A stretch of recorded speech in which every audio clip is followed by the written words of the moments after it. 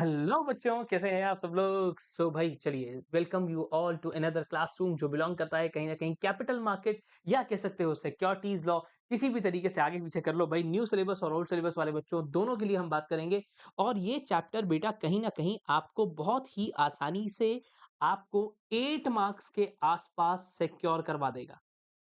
8 number पूरी पूरी उम्मीद है इस चैप्टर की कि लगभग लगभग 4 मार्क्स के कहीं ना कहीं 2 क्वेश्चन तो इसमें से आ जाने चाहिए।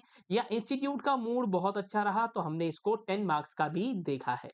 तो चलो करते हैं पढ़ाई शुरू। सो बच्चा पार्टी, देखो बेटा, अगर हम लोग बात करते हैं आईसीडीआर रेगुलेशंस की, तो आईसीडीआर रेगुलेशंस है क्या। कह रहे सर, आसान शब्दों में अगर कोई भी कंपनी कभी भी शेयर कैपिटल इशू करती है, पैसे को लेने के दो रास्ते हैं। पहला रास्ता क्या है। पहला रास्ता यह है कि अगर किसी भी कंपनी को पैसा चाहिए तो वो बैंक के पास जाए और बैंक के पास जाकर बैंक को बोले कि बैंक भैया मुझे लोन दे दो। और बैंक आपको लोन प्रोवाइड कर दे, यानी कि किसी भी तरीके का या तो आप डेट ले सकते हो। और दूसरा तरीका बच्चों जो निकल कर आता है वो ये आता है कि कंपनीज क्या करती हैं, शेयर्स को इशू कर देती हैं। अब शेयर को इशू करना ठीक उस तरीके से होता है जैसे आपके घर में फंक्शन होते हैं। कई फंक्शंस में क्या होता है, आप सिर्फ अपने अपने क्लोज रिलेटिव्स को बुलाते हो, बाहर के लोगों को नहीं बुलाते। जैसे कि प्रेफरेंशियल अलॉटमेंट या प्राइवेट प्लेसमेंट। भाई अगर आपके यहाँ पर आपका बर्थडे है या आपके घर में कोई छोटा सा कोई फंक्शन है, दिवाली पार्टी, होली पार्टी, ये सब चीजें हैं, तो सब लोग आएंगे, आकर आपको विश करेंगे और हर एक बंदा अपने हिसाब से आपको गिफ्ट देकर ही जाएगा। कह रहे सर अकॉर्डिंगली। अब कभी-कभी क्या होगा जी, आपने पढ़े-लिखे या ऐसे लोगों को बुलाओगे जो बहुत ही ज़्यादा भाई साहब बहुत ज़्यादा वेल्दी लोग हैं। कह रहे हैं ना, आज बड़े-बड़े लोगों से मिलने का दिन है, क्यूआईपी।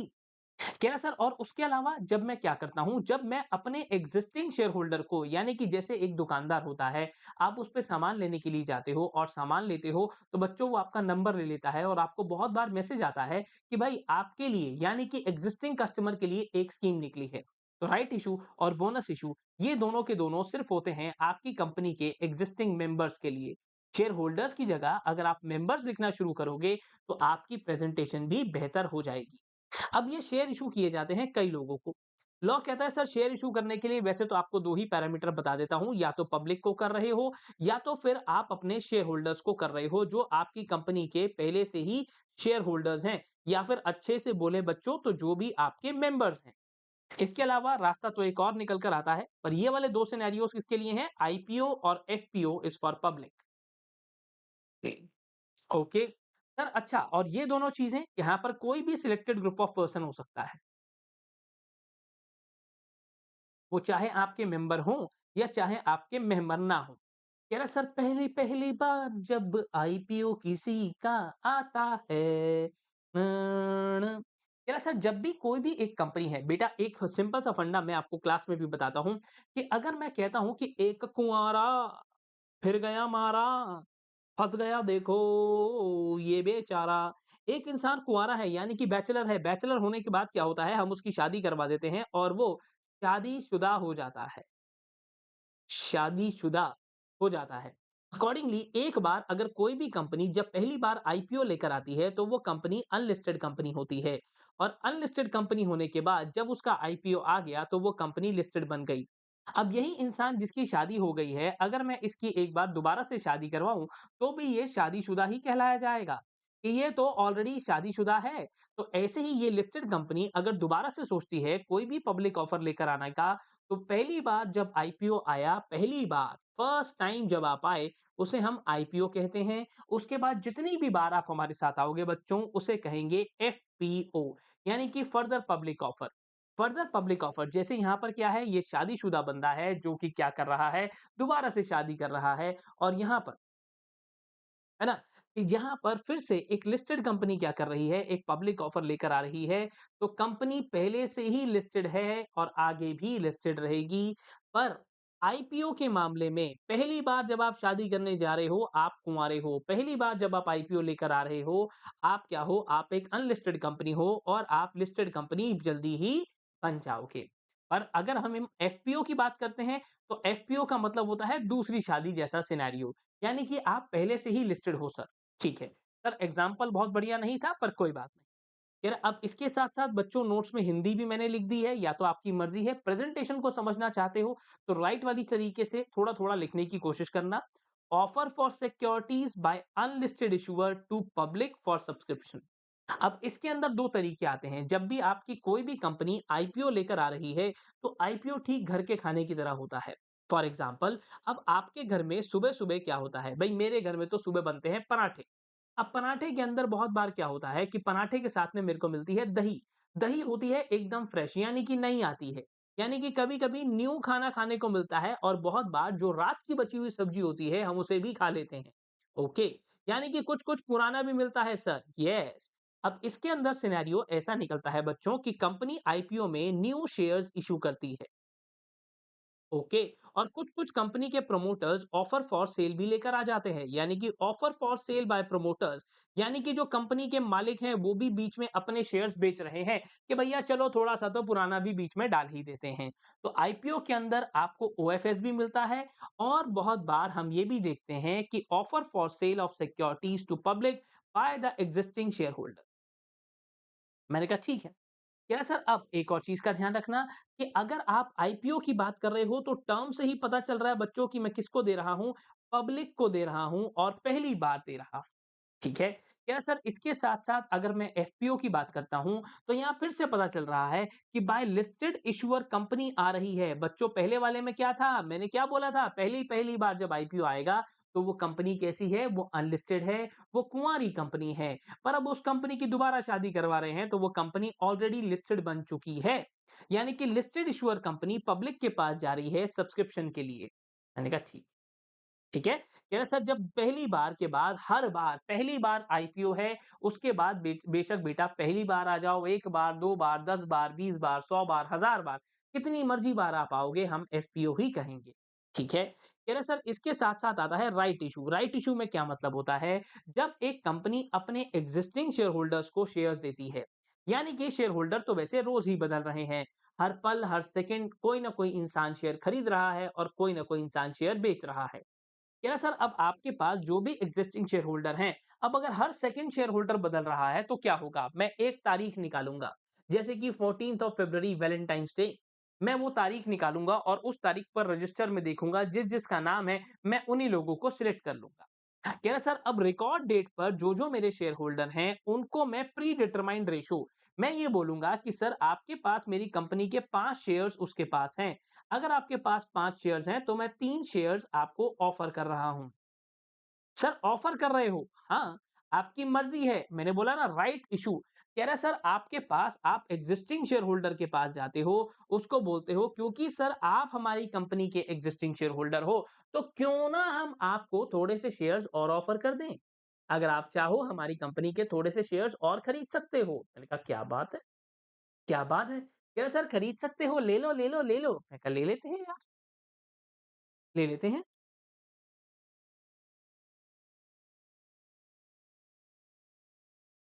अब ये रिकॉर्ड डेट क्या है? एक तारीख जो आपने डिसाइड करी, और प्री डिटरमाइंड रेशो कि जिसके पास भी 5 शेयर्स हैं, हम आपको 3 शेयर्स ऑफर कर रहे हैं। बट ध्यान रखना इसके बदले में आपको पैसा मिलेगा। बोनस इश्यू में इसमें जो सबसे बड़ा डिफरेंस है वो ठीक है, रिलेवेंट प्रोविजन सेक्शंस बहुत सारी चीजें और भी आती हैं, प्रोसेस में भी डिफरेंस आता है। पर अभी जो बेसिक डिफरेंस है वो यही है कि बोनस इश्यू कहीं न कहीं फ्री है। आप फ्री में बाँट रहे हो, बट यहाँ पर पैसे आपको मिलेंगे। कह रहे सर प्रेफरेंशियल अलॉटमेंट की अगर मैं बात करता हूं तो प्रेफरेंशियल अलॉटमेंट से क्या कहना चाहते हो? कह रहे सर जहां पर एक सिलेक्टेड ग्रुप ऑफ पर्संस की हम लोग बात करते हैं, तो ये प्रेफरेंशियल अलॉटमेंट है। मैंने कहा ओके। कह रहा पर सर फर्क इतना आता है जब यही आपके पास प्राइवेट प्लेसमेंट अगर कोई कर रहा है, अगर कोई अनलिस्टेड कंपनी करती है, अगर कोई अनलिस्टेड कंपनी करती है, we call it private place. अच्छा, हम उसे प्राइवेट प्लेसमेंट कहते हैं। मैंने कहा हाँ। और यही अगर कोई लिस्टेड कंपनी कर रही है, तो सर ये फिर से हम लोग इसे क्या कहने वाले हैं? We call it preferential allotment. आसान? अब सर इसके साथ ही साथ एक होते हैं क्यूआईबीज, यानी कि बहुत ही ज्यादा पढ़े लिखे, समझदार, आसान शब्दों में मोटे आदमी। मोटे आदमी मतलब मोटी आसामी, जो यहाँ पर आके भाई 10 20 50 शेयर की बात नहीं करेगा। कम से कम अगर मेरी कंपनी में आ भी गया तो जम के पैसा लगाने वाला है। कह रहे सर बोनस इशू की अगर हम लोग बात करते हैं, तो बोनस इशू का मतलब होता है कि आपकी कंपनी फिर से एग्जिस्टिंग शेयर होल्डर को तो दे रही है, पर क्यों? कह रहा sir as a reward for their loyalty, यानी कि फ्री, फ्री, फ्री बिल्कुल लंगर की तरह एकदम फ्री में दिया जा रहा है कि भाई आइए जैसे हम बहुत बार खिला देते हैं ना, आओ, आओ आप तो बहुत साल से हमारे साथ हो, लो आपके पास 5 शेयर हैं, 3 share free as a reward of their royalty. कह रहे सर कंपनी जब भी ऐसा करना चाहे कि शेयर होल्डर की वेल्थ बढ़ाना चाहे तो 2 ही तरीके हैं। पहला ये कि आप उनको डिविडेंड दे दो, दूसरा ये कि उनके पास 5 शेयर हैं, आपने 3 शेयर और दे दिए। आपने कहा जा मुन्ना जा, जाके जी ले अपनी ज़िंदगी। वो कह रहा वाह भाई! वो कह रहा कंपनी हो, तमासी हो मित्रों, वरना कंपनी ना हो। अब हमेशा से ही कह रहा सर हमेशा से ही अगर हम लोग कभी भी बात करते हैं meaning of draft offer document Becher कह रहा अब इसके अंदर वैसे तो मैं क्लास में डायग्राम बनाया है तो जो भी बच्चे क्लास वाले हैं वो आप डायग्राम को रेफर कर सकते हो। हमेशा से ही अब कुछ चीजें यहाँ निकल कर आती हैं। कह रहा वो क्या? मैंने कहा लाओ जी आपको बता ही देते हैं। कोई बात नहीं। अब कहेंगे कि यार सर आपने क्लास वालों को डायग्राम बनवाया था, हमारे को भी बनवा दो। अच्छा ठीक है, ओके कोई बात नहीं। कह रहा सर देखो जब भी आप कोई भी डॉक्यूमेंट सेम डॉक्यूमेंट आपकी कंपनी क्या कर रही है, पहले मैं कहता हूँ आपने वो डॉक्यूमेंट उठाकर आरओसी के पास या कंसर्न स्टॉक एक्सचेंजेस के पास फाइल करा। पर उससे पहले ये बोला जाता है कि सेम डॉक्यूमेंट को आप सेबी के पास फाइल करोगे। ठीक है? सर सबसे बड़ा कौन आएगा इस कॉन्टेक्स्ट के अंदर? सेबी। सेबी जैसा बोलेगा वैसे आपको करना पड़ेगा। और इन दोनों के बीच में ये काम 30 डेज़ प्रायर होना चाहिए। 30 डेज़ पहले ये काम हो जाना चाहिए। अब सेबी के अंदर बड़ी सारी चीज़ें हैं। कह रहा है सर अगर आपने कोई भी चीज़ सेबी को दी, तो सेबी क्या करने वाला है? सेबी हो सकता है आपको कुछ चेंजेस बताए। मेरे पास जगह कम है, पर कोई बात नहीं, थोड़ा-सा समझ लेना यार, ठीक है? कि अगर ऐसा ज़रूर हो सकता है, सेबी में स्पेसिफाई चेंजेस। अगर सेबी ने चेंजेस आपको बताए, तो आपकी कंपनी क्या करेगी? कंपनी हैज़ टू डू जो भी कंपनी को चेंजेस बोले गए हैं, कंपनी सीधा-सीधा उन चेंजेस को करेगी और चेंजेस को करने के बाद आफ्टर चेंजेस एक बार आपने चेंजेस कर लिए, after changes you will file this with ROC and stock exchange. Sir अगर मान लो और साथ ही साथ अब एक और फंडा सर सेबी को कितने दिन का टाइम देंगे सेबी को अच्छा खासा टाइम हम लोग देते हैं यहाँ पर और सेबी एक और काम करता है अपनी वेबसाइट पर आपके ऑफर डॉक्यूमेंट को डाल देता है 21 दिन तक उसे वहां रखता है। ओके 21 डेज तक वहां पर रखेगा और लोगों को बोलेगा किसी को कोई दिक्कत है तो आकर बताओ। और अगर सेबी कोई चेंजेस करने के लिए कहता है आप उन चेंजेस को करोगे और चेंजेस को करने के बाद आरओसी या स्टॉक एक्सचेंज पे उसे फाइल कर दोगे। क्या सर इसके साथ ठीक है। अब अगला फंडा आता है ऑफर डॉक्यूमेंट का। ऑफर डॉक्यूमेंट का मतलब क्या है कि जहां पर आप सर किसी भी इंसान के घर जाते हो कोई भी फंक्शन होता है तो आपको एक डॉक्यूमेंट मिलता है और उस डॉक्यूमेंट को देखकर ही बेटा हम लोग अंदाजा लगाते हैं कि हमें कितने पैसे डालने हैं।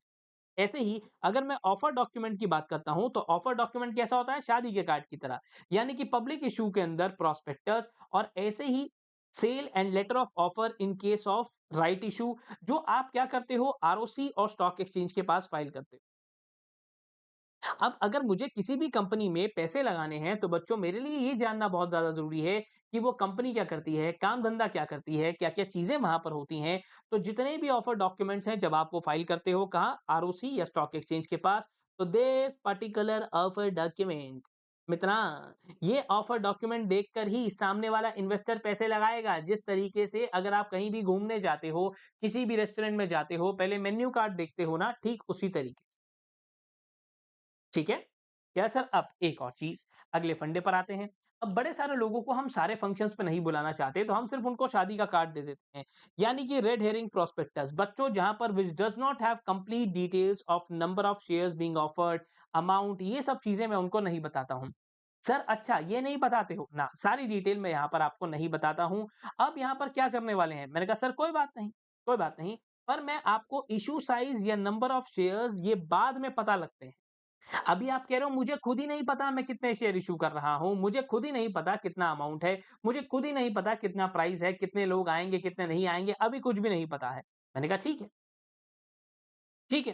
क्या सर अब बाद में चलकर अगर ये चीज़ें पता चल जाती हैं, क्या सर देखो आपके पास it is a process of price discovery यानी कि बेटा अभी कंप्लीट डिटेल्स हमारे पास नहीं है, अभी हमें नहीं पता जितनी भीड़ आएगी जैसे मोची क्या करता है जूते को देखकर प्राइस बताता है, गाड़ी रिपेयर करने वाला गाड़ी को देखकर फिर बताता है, घड़ी रिपेयर करने वाला घड़ी को देखकर बताता है सेल कितने के डलेंगे। कह रहा है सर मैं भी देखूँगा, जब तक मेरे पास बिडिंग प्रोसेस होगा और इस बिडिंग प्रोसेस के चलते ही मैं अपना प्राइस डिस्कवर कर पाऊँगा। से क्या होगी? Price discovery. कह रहा सर बिडिंग प्रोसेस से ही हम अपनी प्राइस डिस्कवरी करेंगे और उससे जाकर पता चलेगा कि सर कितने प्राइस पे, कितने अमाउंट पर ये सारा काम होगा। मैंने कहा ठीक है, ठीक है। और एक बार अगर प्राइस डिस्कवरी हो गई, बिडिंग प्रोसेस कंप्लीट हो गया, तो हम आपको बाकी बची हुई जो डिटेल्स हैं वो बता दें।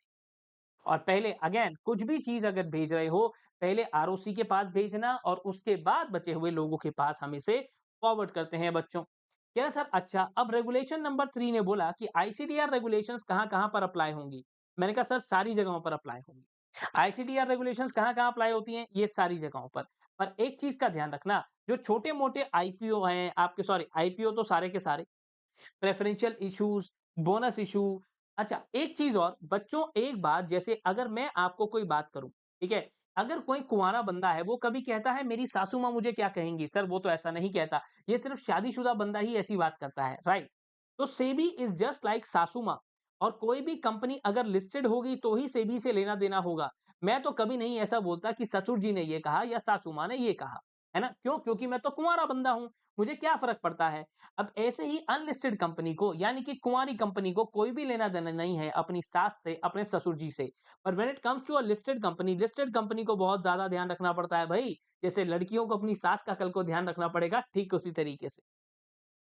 Further public issue, QIP, IPO, IDR, right issue, IPO. अब यहाँ पर हमारे पास आईजीपी प्लेटफ़ॉर्म भी होता है और एक एसएमई प्लेटफ़ॉर्म भी होता है। एसएमई मतलब स्मॉल एंड मीडियम एंटरप्राइजेज़, और एक होता है आईडीआर। आईडीआर क्या होता है बच्चों? जैसे इंडिया के बाहर की कंपनीज़ इंडिया में आके बिज़नेस करती हैं, ठीक इसी तरीके से इंडिया के बाहर की कुछ ऐसी कंपनीज़ हैं, जो इंडिया में आकर अपने शेयर्स इश्यू कर देती हैं। ओके। अब सर अगर कोई भी कंपनी ऐसी है जो आईपीओ लेकर आना चाहती है, अब वो क्या करेगी? मैंने कहा देखो सर, सबसे पहली बात तो हमें कुछ बातों का ध्यान रखना है कि आपके ऊपर कोई भी कंपनी आईपीओ लेकर आ रही है, तो सबसे पहले इस बात का ध्यान रखो, आपके प्रोमोटर कंपनी में जो भी आपके प्रोमोटर हैं, उन लोगों को कभी उन पे डीबार तो नहीं किया गया उनको? कभी उन पे बैन तो नहीं लगा? किसी तरीके से हमने ये तो नहीं कह दिया नज़र मत आ जाइए और स्टॉक मार्केट में आज के बाद। कहीं वो विजय माल्या जैसा कोई कांड तो नहीं करके गए हुए हैं? कह रहा ओके। ठीक है। अब या तो फिर आपके यहाँ पर जो भी प्रमोटर हैं या जो भी डायरेक्टर हैं, वो किसी ऐसी कंपनी के अंदर किसी और कंपनी में प्रमोटर या किसी और कंपनी में डायरेक्टर निकल कर आते हैं। ओके, सर इससे क्या दिक्कत है? अरे, अरे! अभी बता रहा हूँ। यानी कि आपकी कंपनी के प्रमोटर या आपकी कंपनी के डायरेक्टर का लेना-देना तो है, पर अब ये क्या थे? ये किसी एक कंपनी में हैं और ये कंपनी को हमने डीबार कर दिया। पर फंडा बड़ा सिंपल सा है। कह रहा सर अगर सेबी ने आपको डीबार किया था, सेबी ने आपको डीबार किया था और ये डीबार किया था 2015 में over a period of 10 years. अब बच्चों, अब ये डीबारमेंट पीरियड जो आपका है, जो डीबारमेंट पीरियड है, ये डीबारमेंट पीरियड ओवर हो जाएगा इन द ईयर 2025। तो जब ये डीबारमेंट पीरियड खत्म हो जाएगा, उसके बाद आप एलिजिबल हो जाओगे। ओके, आप एलिजिबल हो जाओगे। जी हाँ, आप पूरे तरीके से एलिजिबल हो जाओगे जब एक बार आपका डीबारमेंट पीरियड इज़ ओवर। स्पेलिंग सही नहीं लिखी मैंने, ध्यान रखना। डीबारमेंट पीरियड इज़ ओवर, तो आप फिर से क्या हो जाओगे? आप एलिजिबल हो जाओगे। पक्की बात? मैंने कहा पक्की बात। क्या सर इसके साथ ही साथ कुछ और ध्यान रखना है कि इश्यूअर या प्रमोटर या डायरेक्टर क्या है, विलफुल डिफॉल्टर तो नहीं है कहीं, या कोई प्रमोटर या डायरेक्टर जो है वो कोई फ्यूजिटिव इकोनॉमिक ऑफेंडर तो नहीं है। इसके साथ ही साथ जो भी आपके पास अगर कोई भी इंसान ऐसा है जिसके पास कभी भी सर आपकी कुछ चीजें हैं जो पेंडिंग हैं, जैसे कि आउटस्टैंडिंग कन्वर्टेबल सिक्योरिटी। मैंने कहा ठीक है। कह रहा सर अगर ऐसा कुछ भी पेंडिंग है, फॉर एग्जांपल आपके पास कोई प्रेफरेंस शेयर्स हैं, कोई आपके पास डिबेंचर्स हैं, जो अभी कन्वर्ट होने के लिए तैयार हैं किसी भी और तरीके से इक्विटी शेयर्स के अंदर। तो कह रहा सर ऐसा कोई भी बंदा है, ठीक है, जिसने डिबेंचर्स लिए थे और आज वो डिबेंचर्स इक्विटी शेयर्स में कन्वर्ट होने वाले हैं। मैंने कहा ठीक है, ओके। कह रहा सर अब एक और पंगा आता है। अगर आपकी ये चीज़ें कन्वर्ट होने वाली हैं या कोई भी राइट ऐसा है जो कन्वर्ट होने वाला है, कह रहा सर थम जाओ सर। सर थम जाओ सर। मैंने कहा थम जाएँ? कह रहा हाँ सर। कह रहा सर ऐसा चलते हुए अगर आपके पास आउटस्टैंडिंग कन्वर्टेबल सिक्योरिटीज हैं या कोई भी राइट्स है जिसके चलते सामने वाले बंदे को इक्विटी शेयर मिलने वाले हैं, तो इक्विटी शेयर उसे वैसे ही मिल रहे हैं सर, अब आप चुप करके बैठ जाओ। जब उसे कन्वर्ट करने पे इक्विटी शेयर मिलने ही वाले हैं तो उसे वैसे ही मिलने दो। मैंने कहा ओके, वैसे ही मिलने दो। कह रहा है जोर जबरदस्ती में आप आईपीओ मत लेकर आओ, रुक जाओ अब। ठीक है, आगे चलें? चलिए भाई, अगले फंडे पर आते हैं। कह रहा है सर एक और चीज़ का ध्यान रखना कि अगर आपकी कंपनी कभी भी ये जो ऊपर की रेगुलेशंस 5 और regulation 5 sub regulation 1, regulation 5 sub regulation 2 है, ये रेगुलेशंस आपके ऊपर अप्लाई नहीं हों। मैंने कहा कब नहीं अप्लाई होंगी? कह रहा सर सबसे पहली बात आपको मैंने बोला कि आउटस्टैंडिंग चीज़ें आपकी अभी बची हुई हैं, जो कन्वर्ट होने वाली हैं इक्विटी शेयर्स में। मैंने कहा हाँ।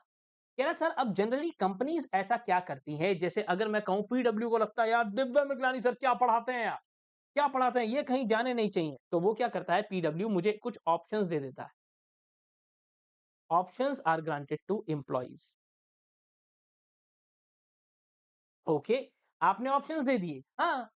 कह रहा सर चाहे जब भी आपने ऑप्शंस दे दिए अपने एम्प्लॉइज को एज पर ईसोप कंप्लायंस, तो कह रहा सर एज पर सारे लॉस को फुलफिल करना, आप अपने बनाए हुए कंपनीज एक्ट को फॉलो करना, गाइडेंस नोट्स को, अकाउंटिंग स्टैंडर्ड्स को, सबको फॉलो अगर आप कर रहे हो और आपके एम्प्लॉइज के लिए आपके ऑप्शंस पेंडिंग है, तो हम आपको मना नहीं करते। मैंने कहा ठीक है। कह रहा सर अगर आपके पास जो भी आउटस्टैंडिंग सिक्योरिटी है बच्चों, जैसे कि बेटा डिबेंचर्स हैं या आपके पास मैं कहूंगा कि प्रेफरेंस शेयर्स हैं, जिनको क्या करना है हमने, जिनको हमने कन्वर्ट करना है। अब ये कन्वर्ट किस में करना है, हमें इन्हें कन्वर्ट करना है बच्चों इक्विटी शेयर्स में। इक्विटी शेयर्स में कह रहा हाँ, आपने इन्हें कन्वर्ट करना है किस में, इक्विटी शेयर्स में। कह रहा सर फंडे को समझोगे थोड़ा सा, मैंने कहा हाँ समझ लेते हैं। मैं कहा थोड़ा और समझ लेते हैं। कह रहा आपने जब कन्वर्ट करना है और ये डिबेंचर्स जिसे हम आउटस्टैंडिंग सिक्योरिटी कहते हैं बच्चों, अगर ये फुल्ली पेड अप है, यानी कि इसके अंदर आपने सामने वाले से कोई पैसा नहीं लेना, उसने पैसा ऑलरेडी आपका सारा का सारा भर दिया है, तो लॉ कहता है फिर भी मुझे कोई दिक्कत नहीं। मैंने कहा ठीक है। कह रहा सर अब अगला फंडा आता है लिस्टिंग का। मैंने कहा लिस्टिंग? कह रहा हाँ, आप आईपीओ लेकर आओगे तो आपको बेटा लिस्टिंग भी तो करवानी होगी। ओके, अब लिस्टिंग करवाने के लिए आप स्टॉक एक्सचेंज पे जाओगे। स्टॉक एक्सचेंज बोलेगा हाँ आ गए, इसे कहते हैं main board listing as per SEBI ICDR regulation. पहला ऑप्शन, सबसे पहले कोशिश करेंगे कि हम अपने पहले रास्ते से ही आगे बढ़ें, जिसे हम कहते हैं बच्चों रेगुलेशन नंबर 6। रेगुलेशन नंबर 6 ये आके आपको कहता है कि भाई मेरे पास पहला ऑप्शन है, दूसरा ऑप्शन है, किससे चलोगे? मैंने कहा पहले वाले से चलेंगे। कह रहा सर जहां पर आपके पास एक अच्छा खासा ट्रैक रिकॉर्ड मुझे चाहिए होगा। मैंने कहा यार आपके पास ट्रैक रिकॉर्ड चाहिए होगा? कह रहा बिल्कुल। कह रहा सर ट्रैक रिकॉर्ड के अंदर नेट टेंजिबल एसेट आपके कितने होने चाहिए? एटलीस्ट मिनिमम 3 करोड़ रुपए के। मैंने कहा ठीक है। कह रहा और इसमें 50% से ज्यादा मॉनेटरी एसेट्स आपके नहीं होने चाहिए। किसी भी हाल में अगर आप काम कर रहे हो, आप सर लिस्टिंग करवाना चाह रहे हो, तो आपके पास नेट टेंजिबल एसेट कितने? 3 करोड़ कम से कम। ठीक है।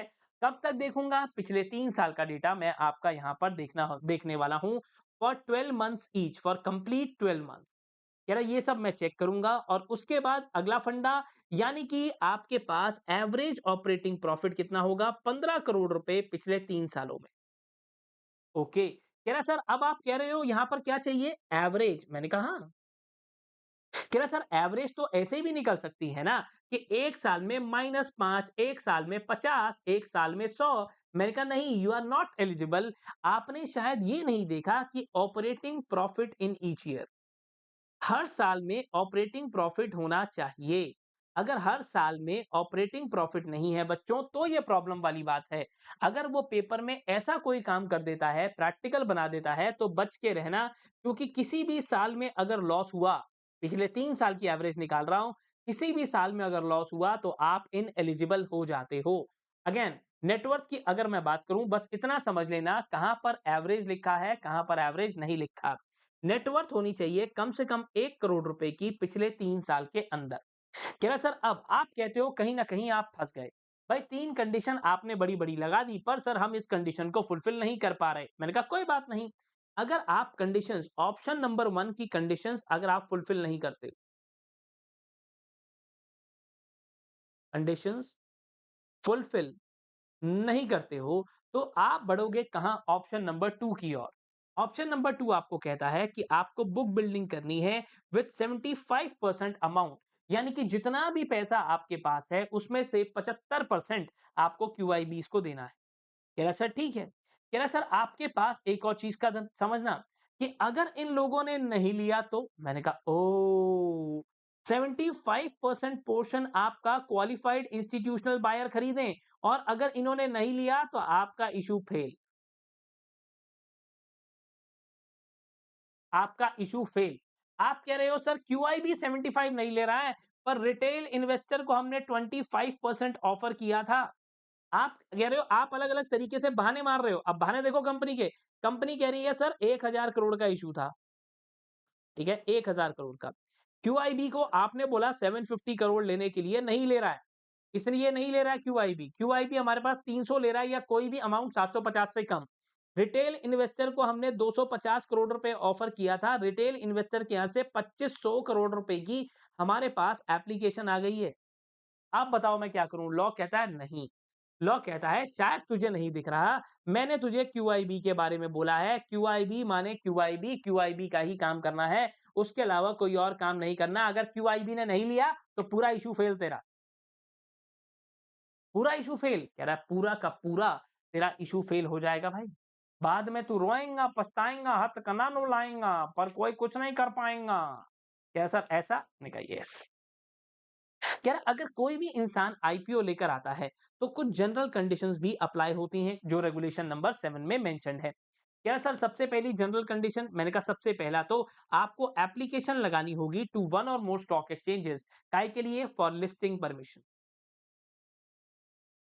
For listing permission. क्या सर लिस्टिंग परमिशन के लिए? मैंने कहा बिल्कुल। क्या सर इसके साथ साथ जो आपका एक डिपॉजिटरी होगा उसके साथ चीजें डीमटेरियलाइज करनी पड़ेंगी क्योंकि बेटा डिजिटल इंडिया है, नया जमाना है, नई चीजें हैं। अब वो पुराने वाले फंडे काम नहीं करते हैं। कह रहा जो भी प्रमोटर की होल्डिंग है सारी की सारी डीमैट फॉर्म में होनी चाहिए। जितने भी आपके existing partly paid up shares हैं भैया अब या तो इनको फुल्ली पेड अप में कन्वर्ट करो या तो इसको फुल्ली पेड अप करो और अगर नहीं कर पा रहे हो तो इसे बंद करो यानी कि इसे फॉरफिट करो। मैंने कहा ओके। कह रहा सर अब इतना पैसे का ध्यान रखना कि आपके पास जो भी पैसा आ रहा है उसमें से 75% पैसा जिस प्रोजेक्ट के लिए आपने लिया है, आप कह रहे हो तुम्हारा पैसा लेकर ना मैं इलेक्ट्रिक गाड़ियां बना दूंगा, एससी बना दूंगा, एससी बना दूंगा, किसी ने सोची ना होगी। ओ अगर आप ऐसा सोच रहे हो तो जिस प्रोजेक्ट को लेकर आपने बात करी है उसी प्रोजेक्ट में आपको पैसा लगाना है। ओके। कह रहा ठीक है। कह रहा बस एक और चीज का ध्यान रखना सर, जनरल कॉर्पोरेट पर्पस के लिए आया हुआ पैसा मैक्सिमम 25% हो सकता है, उससे ज्यादा तो बिल्कुल भी नहीं होगा। मैंने कहा ठीक। ओके। कह रहा पर सर इसके साथ साथ बहुत बार ऐसी चीजें निकल कर आ जाती हैं जो आपने प्लान नहीं करी। मैंने कहा हाँ। कह रहा amount for general corporate purpose और उसके साथ साथ अगर कुछ ऐसे इशूअर कंपनी के पास ऑब्जेक्ट्स निकल कर आ जाते हैं जो उन्होंने पहले आइडेंटिफाई नहीं किए और जिसके चलते आज खर्चा करना पड़ रहा है। ठीक है?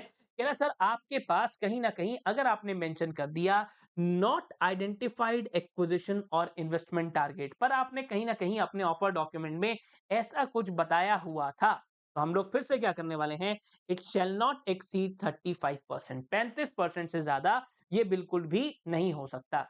कह रहा sir additional conditions for OFS की अगर मैं बात करता हूं तो कह रहा सर आपके पास शेयर्स कैसे होंगे? फुल्ली पेड अप होंगे। मैंने कहा ठीक है। कह रहा सर जो भी शेयर्स आपके सेलर के पास हैं, अब ओएफएस में क्या हो रहा है बेटा कि आपकी कंपनी के जो कहीं ना कहीं मैं अगर सही टर्म का इस्तेमाल करूं, जो एग्जिस्टिंग शेयर होल्डर्स हैं वो सेल कर रहे हैं। अब एग्जिस्टिंग शेयर होल्डर्स के अंदर आपकी कंपनी के जनरली प्रमोटर्स भी आते हैं कि प्रमोटर्स भी अपना हिस्सा बेचकर साइड पर हो जाते हैं।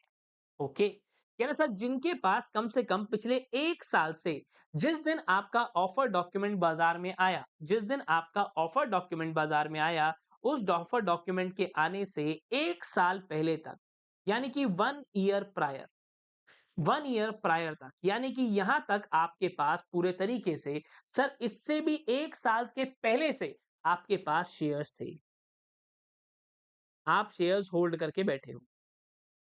1 साल से ज़्यादा हो चुका है, आपके पास इस कंपनी के शेयर्स हैं। मैंने कहा ठीक है। कह रहा सर आपके पास एक और चीज़ का ध्यान रखना, अगर मैं आपको कहता हूँ कि आप कह रहे हो कि सर एक काम है, मैंने कहा क्या काम है? कह रहा है मेरे पास पहले डिबेंचर थे, अब मेरे पास कन्वर्ट होके इक्विटी शेयर्स हो गए हैं। मैंने कहा ओके। कह रहा सर डिबेंचर्स थे और इक्विटी शेयर हो गए हैं। मैंने कहा हाँ। कह रहा डिबेंचर्स थे मेरे पास, 2 साल डिबेंचर रहे हैं और मेरे पास इक्विटी शेयर्स तो 6 महीने से नहीं है आए हैं। मैंने कहा कोई बात नहीं, अगर ऐसा कुछ है कि कन्वर्टेबल सिक्योरिटी है या डिपॉजिटरी रिसीट है, कह रहा सर तो कोई बात नहीं। कह रहा सर आपका जो टाइम पीरियड है, होल्डिंग पीरियड दोनों का, हम दोनों का कंसिडर करेंगे। Holding period of convertible securities including holding period of depository receipts और रिजल्टेंट इक्विटी शेयर्स, दोनों कंसिडर करेंगे। दोनों को मान लेंगे। ठीक है, ठीक है। क्या सर बस इतना ध्यान रखना 1 साल का टाइम पीरियड मैं तब चेक करूँगा जिस तारीख पर आप अपना ऑफर डॉक्यूमेंट फाइल करने के लिए जा रहे हो। ओके, सर आसान है ये तो, बेटा आसान ज़रूर है, मुश्किल कुछ भी नहीं है। बच्चे अगर दिल से पढ़ने बैठ जाएँ तो कुछ भी मुश्किल नहीं।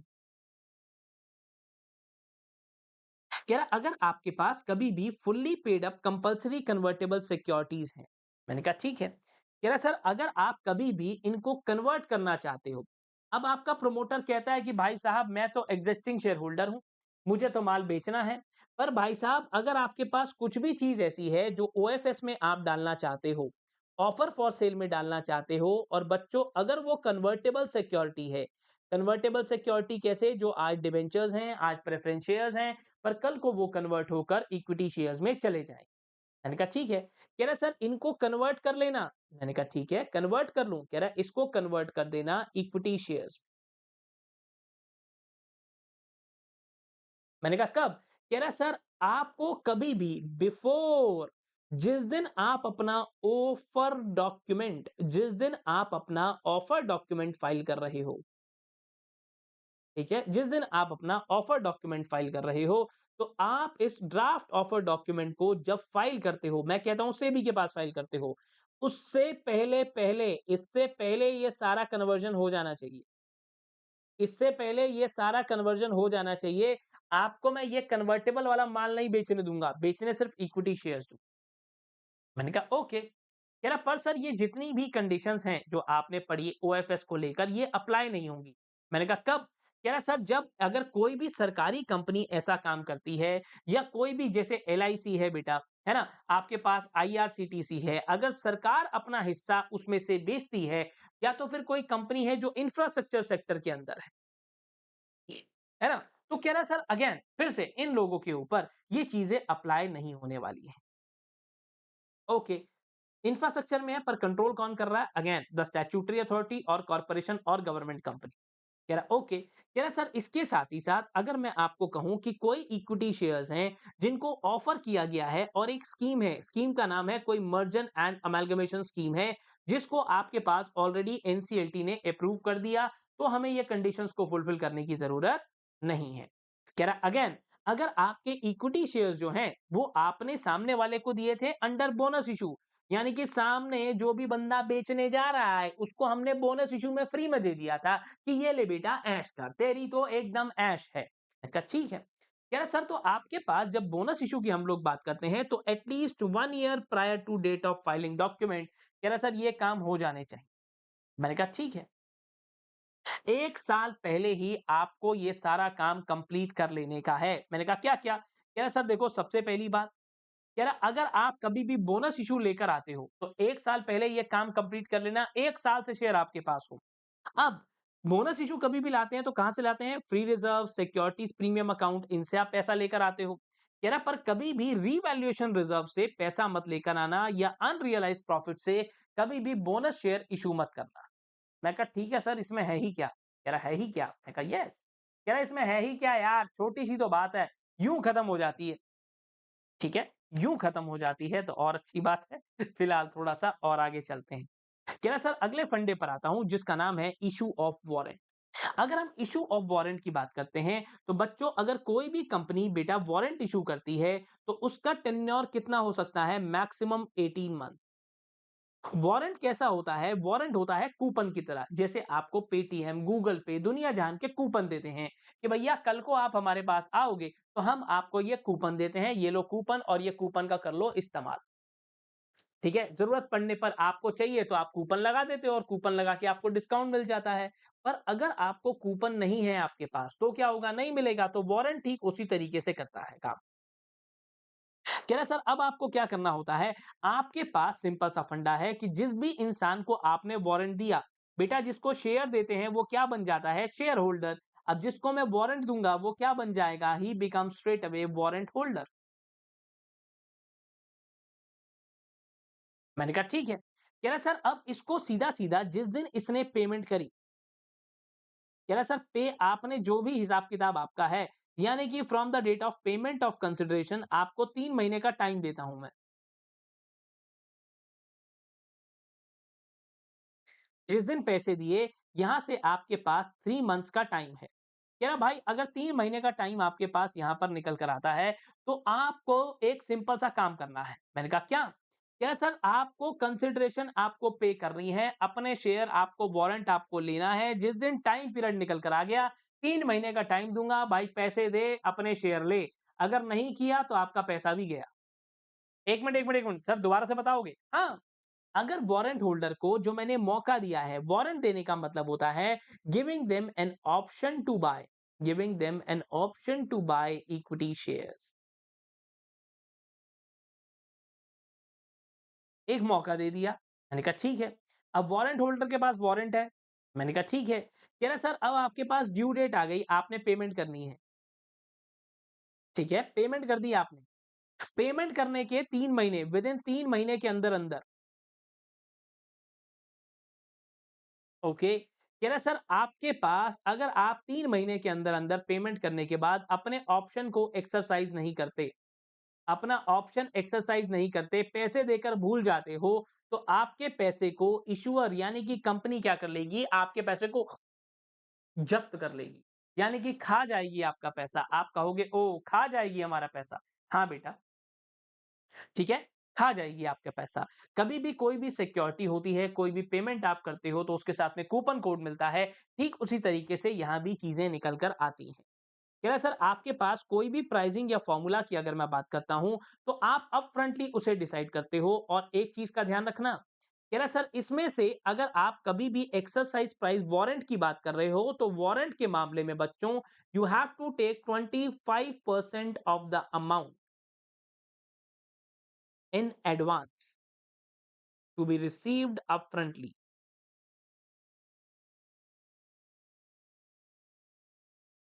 आपको सीधा सीधा अपफ्रंटली 25% पैसा तो आपको ले ही लेना है। कह रहा सर ओके, ओके, ठीक है? हाँ जी, अब आगे चलते हैं, अगले फंडे पर आते हैं। यानी कि अगर कोई ऐसी कंपनी है जो पहली बार नहीं, यानी कि दूसरी बार, यानी कि तीसरी बार, चौथी बार आप एफपीओ लेकर आ रहे हो। मैंने कहा ठीक है। कह रहा सर कुछ एंटिटीज़ ऐसी हैं जिनको हमने सीधा-सीधा मना कर दिया कि भाई साहब आप तो आ मत जाना एफपीओ लेकर। कंडीशन सेम है, जिनके प्रमोटर, प्रमोटर ग्रुप या सेलिंग शेयर होल्डर डीबार्ड हैं कैपिटल मार्केट से। कह रहा सर या तो ऐसे लोग जिनके वो किसी भी ऐसी कंपनी के अंदर हैं, जिस कंपनी को ही हमने पहले मैं क्या कह रहा हूँ कि मैंने प्रमोटर को बाहर कर रखा है, मैंने प्रमोटर ग्रुप को, आपके एग्जिस्टिंग शेयर होल्डर को जो ओएफएस करने वाले हैं, उनको बाहर कर रखा है। या तो फिर मैं यहाँ पर अब ये कह रहा हूँ कोई भी ऐसी कंपनी है, आपके ही यहाँ के डायरेक्टर जैसे आपकी कंपनी में डायरेक्टर हैं, कौन? मैं कहता हूँ मोंजुलिका और मोंजुलिका एक और कंपनी है जिसमें डायरेक्टर है, ओके? कह रहा सर आपकी कंपनी में मोंजुलिका डायरेक्टर है, पर मोंजुलिका एक और कंपनी में डायरेक्टर है। जिस नई कंपनी में मोंजुलिका डायरेक्टर है, मैंने वहाँ उसे डीबार कर दिया। ओके। कह रहा आपका इश्यूअर, आपके प्रमोटर डायरेक्टर कोई विलफुल डिफॉल्टर है या फ्रॉडुलेंट बोरोवर है, कैसे? विजय माल्या की तरह। कह रहा आपके प्रमोटर या डायरेक्टर एक फ्यूजिटिव इकोनॉमिक ऑफेंडर है। बेटा विलफुल डिफॉल्टर और फ्यूजिटिव इकोनॉमिक ऑफेंडर में कहीं ना कहीं डिफरेंस होता है अच्छा खासा। आपके पास पैसे हैं, आप पैसे होते हुए भी पैसा नहीं देना चाहते हो, आप विलफॉल डिफॉल्टर हो। यही केस आपका 100 करोड़ रुपए से ऊपर हो जाता है, आप देश छोड़कर भाग जाते हो, आप फ्यूजिटिव इकोनॉमिक ऑफेंडर वाले फंडों में आ जाते हो। क्या सर एक और चीज का ध्यान रखना, एफपीओ जनरली जैसे मैं आपको अगर बताऊं तो नाम बदल लेती हैं कंपनियां। मैं भी सोच रहा हूं कि मैं भी अपना नाम बदल देता हूं, रणछोड़ दास श्यामर दास चांचड़ रख लेता हूं। यानी कि अब क्या होता है बेटा, देखो नाम बहुत बड़ा रोल प्ले करता है। अगर दिव्य मिगलानी है, नाम बनाने में कितने साल लगेंगे, मैं अपना नाम रख लेता हूं जहां यहाँ पे जैसे रॉकी भाई। अगर आपने पहला पेज देखा तो वहां लिखा हुआ था सीएस दिव्य मिगलानी, वहां लिखा आना चाहिए सीएस रॉकी भाई, है ना? है ना? रॉकी भाई और पीछे रॉकी भाई की रिंगटोन बजनी चाहिए। कितनी जल्दी फेमस हो जाऊँगा मैं। कह रहा सर जहाँ पर एक चीज़ का ध्यान रखना कि कॉर्पोरेट्स भी अपना नाम बदलते हैं। मैंने कहा ओके। कह रहा सर पिछले 1 साल में आपने अपना नाम ना बदला हो।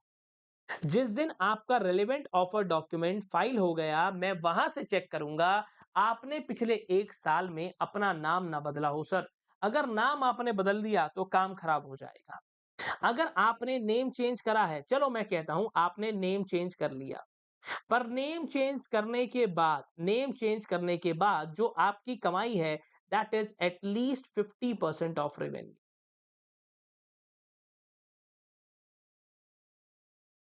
एटलीस्ट 50% ऑफ द रेवेन्यू आपने अर्न करा है। भाई अगर आप नाम अपना बदलने से पहले, ठीक है, आप 100 रुपए कमाते थे तो नाम बदलने के बाद आपने कम से come from the same activity, नए नाम के साथ, from the same activity indicating by the new name, आपने ये पैसे कमाए हैं। ठीक है सर, हिंदी में एक एक लाइन मैंने नीचे लिख दी है ताकि जो बच्चे सिर्फ और सिर्फ नोट से पढ़ते हैं उनको भी प्रॉब्लम ना हो। कह रहा इसके साथ ही साथ अब कुछ और जनरल कंडीशंस भी निकल कर आती हैं एफपीओ को लेकर। सबसे पहली बात कि बेटा आपको लिस्टिंग करवानी है डेजिग्नेटेड स्टॉक एक्सचेंज पे, डिपॉजिटरी के पास जाना है, क्योंकि अब चीजें जो है फिजिकल फॉर्मेट में नहीं रही हैं। जितने भी आपके existing partly paid up shares हैं, या तो उन्हें फुल्ली पेड अप बनाओ या तो फिर उन्हें फॉरफीट करके बात खत्म करो। कह रहा सर और 75% जो पैसा है, जो भी आपने मंगवाया है उसे प्रोजेक्ट के अंदर अपने लगा देना। इसके साथ ही साथ जनरल कॉर्पोरेट पर्पस के लिए आया हुआ पैसा मैक्सिमम 25% हो सकता है, उससे ज्यादा तो बिल्कुल भी नहीं होगा। अब देखो भाई 11 अगर वारंट की बात है, ठीक है, आपके पास वारंट की बात है तो बेटा वारंट आपके आईपीओ में भी है, वारंट एफपीओ में भी है। कूपन जब आप पहली बार पेटीएम से पेमेंट करोगे तो भी कूपन मिलेगा और रोज पेमेंट करोगे तो रोज कूपन मिलेगा। अब अकॉर्डिंगली यही सेम चीज आपने पहले भी पढ़ी है, रिपीट हुई है। रेगुलेशन नंबर 11 कैसे याद रखेंगे? 11 है यार, 111 कैसे हो गया ये? हैं? 111 कैसे कर दिया हम लोगों ने? हमने 111 कर दिया। एफपीओ, एफपीओ, एफपीओ 111 ठीक है, कोई बात नहीं, कोई बात नहीं, 111 ही है। तो 111 रुपए का आपका वारंट है, आप इस चीज का ध्यान रखना, यानी कि 111 रुपीस का आप वारंट लेकर आए हो, इससे आपको सेक्शन भी याद रहेगा। यही वो सेम कंडीशन है, तीनों के तीनों पॉइंट सेम है जो आपने अभी पहले भी मेरे साथ में पढ़े हैं। ठीक है, थोड़ा और आगे चलें। आगे चलते हैं सर, अगले टॉपिक पर आते हैं। अब बच्चों हर एक इंसान को ये बोला जाता है कि कोई भी इंसान अगर किसी भी कंपनी का प्रमोटर है तो हम उसको ये बोलते हैं कि भाई ठीक है, हम तो पैसे लगा रहे हैं तेरी कंपनी में, तू खुद कुछ लगा भी रहा है या नहीं? कह रहा हाँ। कह रहा सर प्रमोटर को भी ये बोला गया कि अगर आईपीओ का मामला है तो प्रमोटर भैया आपको भी 20% of post issue share capital, यानी कि बेटा अगर पहले इनकी पेड अप शेयर कैपिटल है 10 करोड़, यानी कि प्री इशू, यानी कि इशू से पहले, और आप पब्लिक इशू लेकर आ रहे हो कितने का? 990 करोड़ रुपए का। यानी कि अब इशू के बाद आपकी पेड अप कैपिटल कितनी हो जाएगी? 1000 करोड़ रुपए। तो इस 1000 करोड़ रुपए का बच्चों मुझे क्या चाहिए बेटा? 20% is going to be the promoter contribution. मैंने कहा okay, okay, okay, okay, okay. ठीक है। कह रहा सर अगर ये कंट्रीब्यूशन 20% से कम हो गया तो अल्टरनेट इन्वेस्टमेंट फंड्स हो, फॉरेन वेंचर कैपिटल इन्वेस्टर हो, शेड्यूल्ड कमर्शियल बैंक्स हो, पब्लिक फाइनेंशियल इंस्टीट्यूशन हो, इंश्योरेंस कंपनीज हो, ये सब मिलकर आपके शॉर्टफॉल को कवर कर सकती हैं।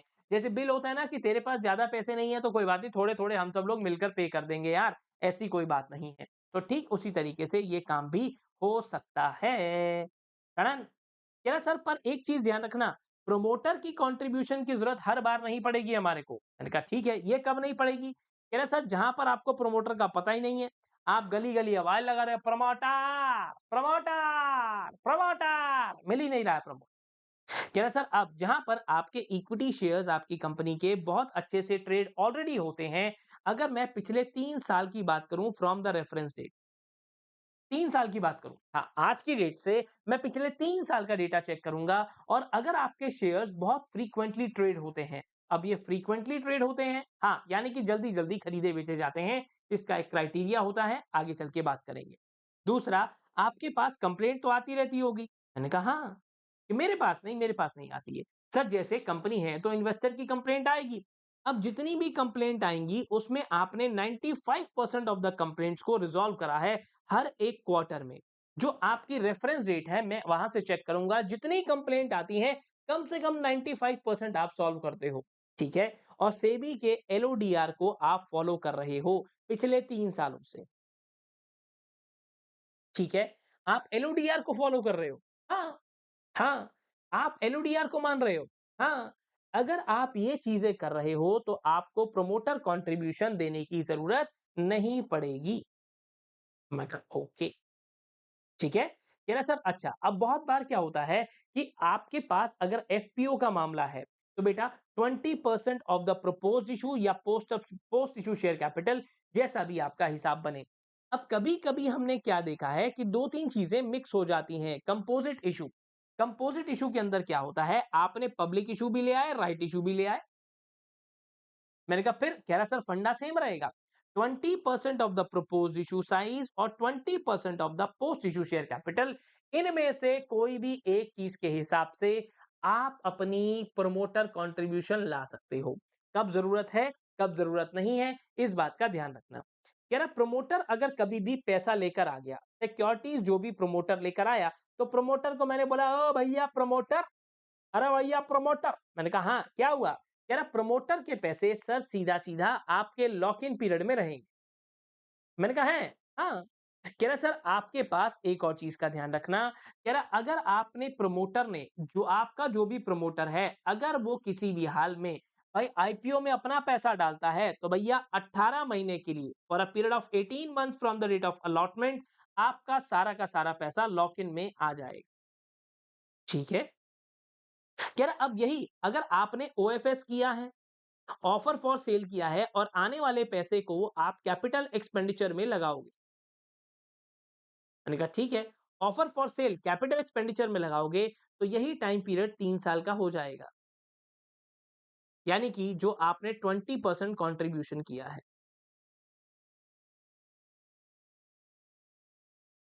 मैंने कहा ठीक है ओके। कह रहा सर अगला फंडा आता है कि आपको 20% करना था पर आपने प्लस करके इसमें 7 या 8% एक्स्ट्रा कर दिया। जैसे वो होता है ना, टिप दे देते हैं, फालतू ही दे दिया सर, कम नहीं फालतू ही दे दिया, तो लॉ कह रहा है कोई बात नहीं। जो भी पैसा आपने फालतू दिया है, कह रहा सर लॉ कह रहा है कोई बात नहीं। अगर आपका ऐसा एक्सेस वाला जो पैसा है, ये कितने टाइम के लिए लॉक इन में रहेगा, for a period of 6 month.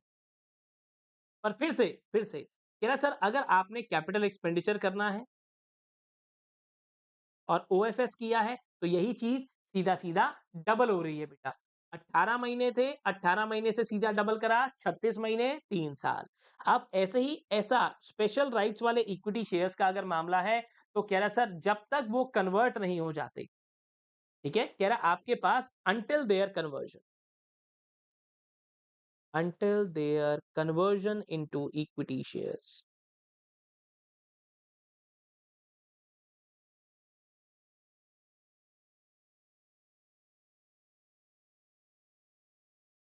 Okay okay, ठीक है, सिंपल सा फंडा है। अब इसके बाद थोड़ा-सा और आगे चलते हैं। क्या ना सर अब हमने ना बहुत बार और भी देखा है कि इनके अलावा भी बहुत सारे ऐसे लोग हैं प्रमोटर के अलावा जिनके पास आपकी कंपनी के शेयर्स हैं, तो उनको भी सर 6 महीने का लॉक इन लगा दो। मैंने कहा अच्छा, कह रहा हाँ, कह रहा जितने भी लोग हैं आपके पास प्रमोटर के अलावा सबको 6 महीने का लॉक इन। मैंने कहा ओके। कह रहा पर ये रेगुलेशन अप्लाई नहीं होगी। मैंने कहा कहां पर अप्लाई नहीं होगी? कह रहा सर अगर इक्विटी शेयर्स आपने एम्प्लॉइज को दिए हैं, एम्प्लॉइज को देते रहते हैं ताकि एम्प्लॉइज कहीं जाए नहीं, बट ध्यान रखना प्रायर टू आईपीओ। ठीक है, कह रहा सर अब इक्विटी शेयर आप क्या करते हो, सीधा एम्प्लॉय को भी दे सकते हो और दूसरा आपने ट्रस्ट बना लिया। जैसे बहुत सारे ऑफिस वालों ने कैंटीन बना ली कि जी कैंटीन से ही हम तो अपने एम्प्लॉइज को खाना खिलाएंगे। तो equity shares held by employee stock option trust, या फिर किसी भी तरीके से कोई भी ट्रस्ट आपने बना रखा है, आपने उस ट्रस्ट को दे दिए कि भाई इस ट्रस्ट में थोड़े से शेयर्स डाल दो, थोड़ा सा पैसा डाल दो, जो क्या करेगा, एम्प्लॉयज को टाइमली शेयर इशू करता रहेगा, ताकि एम्प्लॉय हमारी कंपनी के साथ टिका रहे। ओके, कह रहा सर इसके साथ ही साथ जो भी शेयर्स आपके वेंचर कैपिटल फंड्स के पास, ऑल्टरनेट इन्वेस्टमेंट फंड के पास, फॉरेन वेंचर कैपिटल इन्वेस्टर के पास है, कह रहा सर तो ध्यान रखना वो ऑलरेडी उन पे 6 महीने का लॉक इन लग रहा होता है, यहाँ पर वो चीजें कवर्ड नहीं होगी। ओके, जब उन्होंने परचेज किया होता है मैं लॉक इन तभी लगा दूं। कह रहा इसके साथ साथ कुछ बातें छोटी छोटी और हैं, जैसे कि आपको अपॉइंट करना होता है मर्चेंट बैंकर, जो क्या है रजिस्टर्ड है किसके पास, सेबी के पास। इसके साथ ही साथ कुछ इंटरमीडियरीज की आपको जरूरत पड़ती है, जैसे कि अंडरराइटर, जैसे कि इसके साथ साथ डिपॉजिटरी और बहुत सारे और लोग भी। कह रहा सर जैसे कि अगर आपके पास दो तरीके हैं, या तो आप बेटा सीधा बोलते हो 200 रुपए का शेयर है, लेना है तो लो, नहीं लेना मत लो, नहीं तो बुक बिल्डिंग से जाते हो। बुक बिल्डिंग से अगर जा रहे हो तो सिंडिकेट मेंबर की आपको जरूरत पड़ती है। अब इतने सारे लोग आपके बैंक अकाउंट में पैसा डाल रहे हैं, आपको क्या पता कौन पैसे दे रहा है कौन नहीं, तो बैंकर टू इशू भी अपॉइंट करते हैं। कह रहा है इसके साथ साथ आरटीए भी अपॉइंट करते हैं। आरटीए, हाँ, आरटीए क्या करता है, कौन सा इंसान किसको शेयर बेच रहा है, कौन सा इंसान किससे शेयर खरीद रहा है, इस बात का पूरा पूरा हिसाब रखा जाता है। मैं कहा ओके, कह रहा सर अब बड़े सारे लॉज अप्लाई हो जाते हैं, इन्वेस्टर को दिक्कतें होती हैं, उन सारे लॉज को पूरा करने के लिए भी हम लोग ये काम करते हैं। कंप्लायंस ऑफिसर बोले तो सिर्फ और सिर्फ कंपनी सेक्रेटरी, सिर्फ और सिर्फ एक ही इंसान होगा मतलब, जिसका नाम है कंपनी सेक्रेटरी। क्या सर, अच्छा एक दो बातें और ध्यान रखते हैं, यहाँ पर एक डायग्राम ना बनवा दिया जाए आपको, मैं कुछ ऐसा सोच रहा था कि एक डायग्राम बनवा दिया जाए, बच्चों को तो मजा आ जाए। हैं, डिस्क्लोजर्स वाली बात है, हाँ डिस्क्लोजर्स वाली बात है, तो डिस्क्लोजर्स का एक छोटा सा डायग्राम है, इसके ऊपर मैं यहाँ बना देता हूँ। ठीक है, ध्यान से देखेंगे बच्चों इस डायग्राम को जो यहाँ पर है। ठीक है, यहाँ पर जितनी भी चीजें हैं मैं सारी की सारी आपको एक ही जगह पर ड्रॉ कर देता हूँ। डायग्राम को ध्यान से बनाइएगा, अच्छे से समझ में आ जाएगा। इशूअर को ये बोला गया कि भैया इशूअर आपको 3 ड्राफ्ट कॉपी सेबी के पास फाइल करनी है। 3 draft copy of offer document किसके पास फाइल करनी है, सेबी के पास। सेबी के पास कह रहा, हाँ सेबी के पास, सिंपल सी बात है, कह रहा सर मे स्पेसिफाई चेंजेस।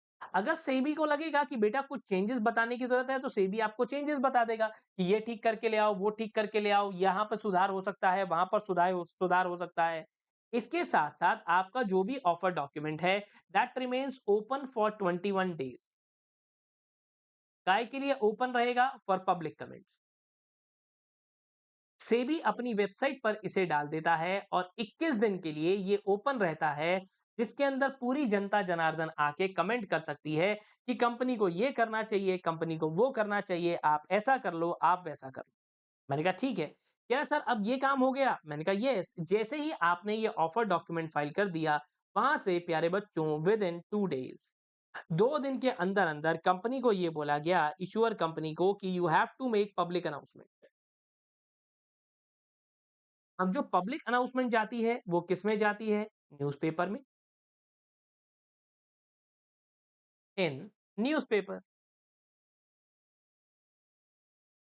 लो सर ये तो बड़ा ही सिंपल है, बड़ा ही सिंपल है, इतना ही सिंपल रहता है, कभी नहीं फंसता है, बस आप लोगों को थोड़ा ध्यान ज्यादा देना होता है।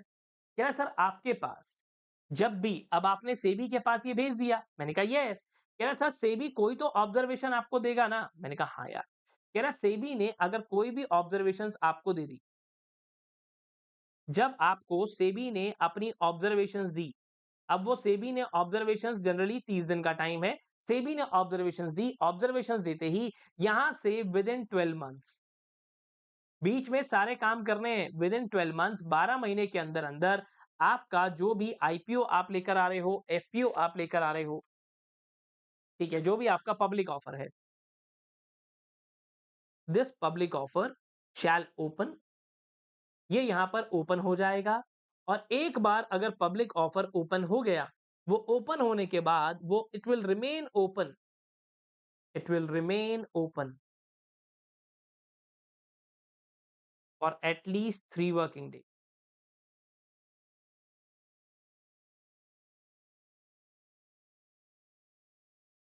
2 मैक्सिमम 10 वर्किंग डे।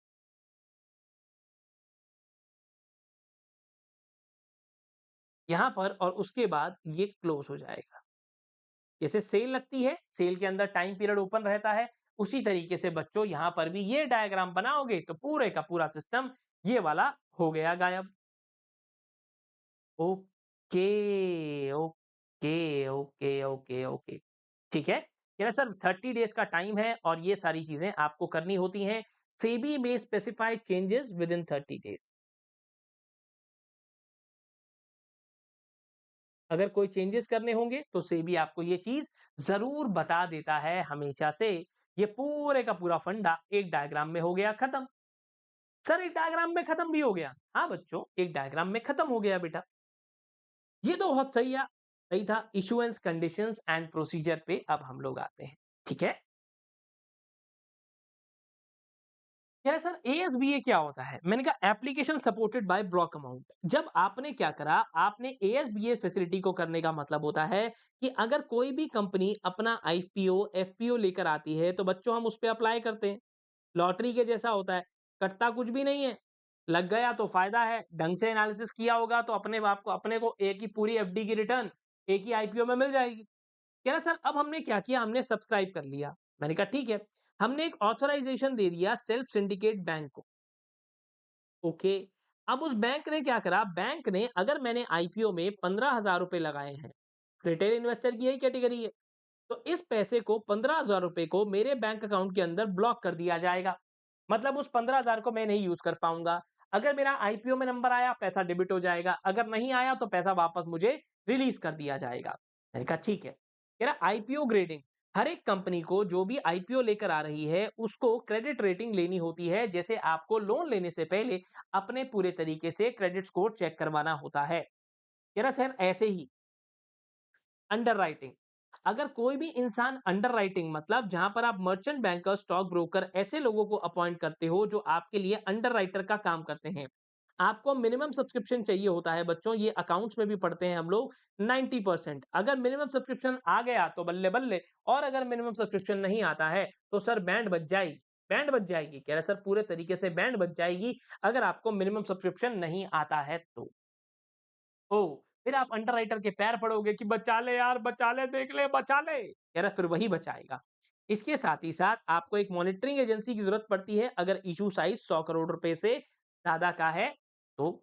इसके अलावा प्री इश्यू एडवर्टाइज़मेंट, वही सेम 2 न्यूज़पेपर जो बचपन से क्या पूरे एग्ज़ीक्यूटिव से पढ़ते हुए आ रहे हो। तो एक English daily newspaper wide circulation और एक हिंदी नेशनल डेली न्यूज़पेपर, जहाँ पर भी और एक रीजनल यानी कि यहाँ पर 3 न्यूज़पेपर आपको देखने को मिल रहे हैं, 2 की जगह। कह रहा है सर ओके, यहाँ पर आपके पास 3 न्यूज़पेपर हैं, तीनों न्यूज़पेपर कहाँ पर? जहाँ पे आपकी कंपनी का रजिस्टर्ड ऑफिस सिचुएटेड रहता है। अब ऑफर ओपन होगा 12 महीने के लिए, ये आपको डायग्राम में आपने मार्क कर लिया। मिनिमम सब्सक्रिप्शन बच्चों कितना रहता है? एट लीस्ट 90%, और अगर नहीं आता है मिनिमम सब्सक्रिप्शन तो क्या होगा? मिनिमम सब्सक्रिप्शन अगर नहीं रिसीव होता, no minimum subscription not received,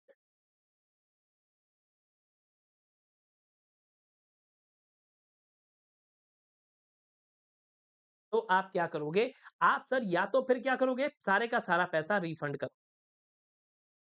okay, refund करोगे विदिन 4 डेज़ फ्रॉम क्लोज़र। जिस दिन ऑफर क्लोज़ हो गया, फ्रॉम क्लोज़र ऑफ ऑफर।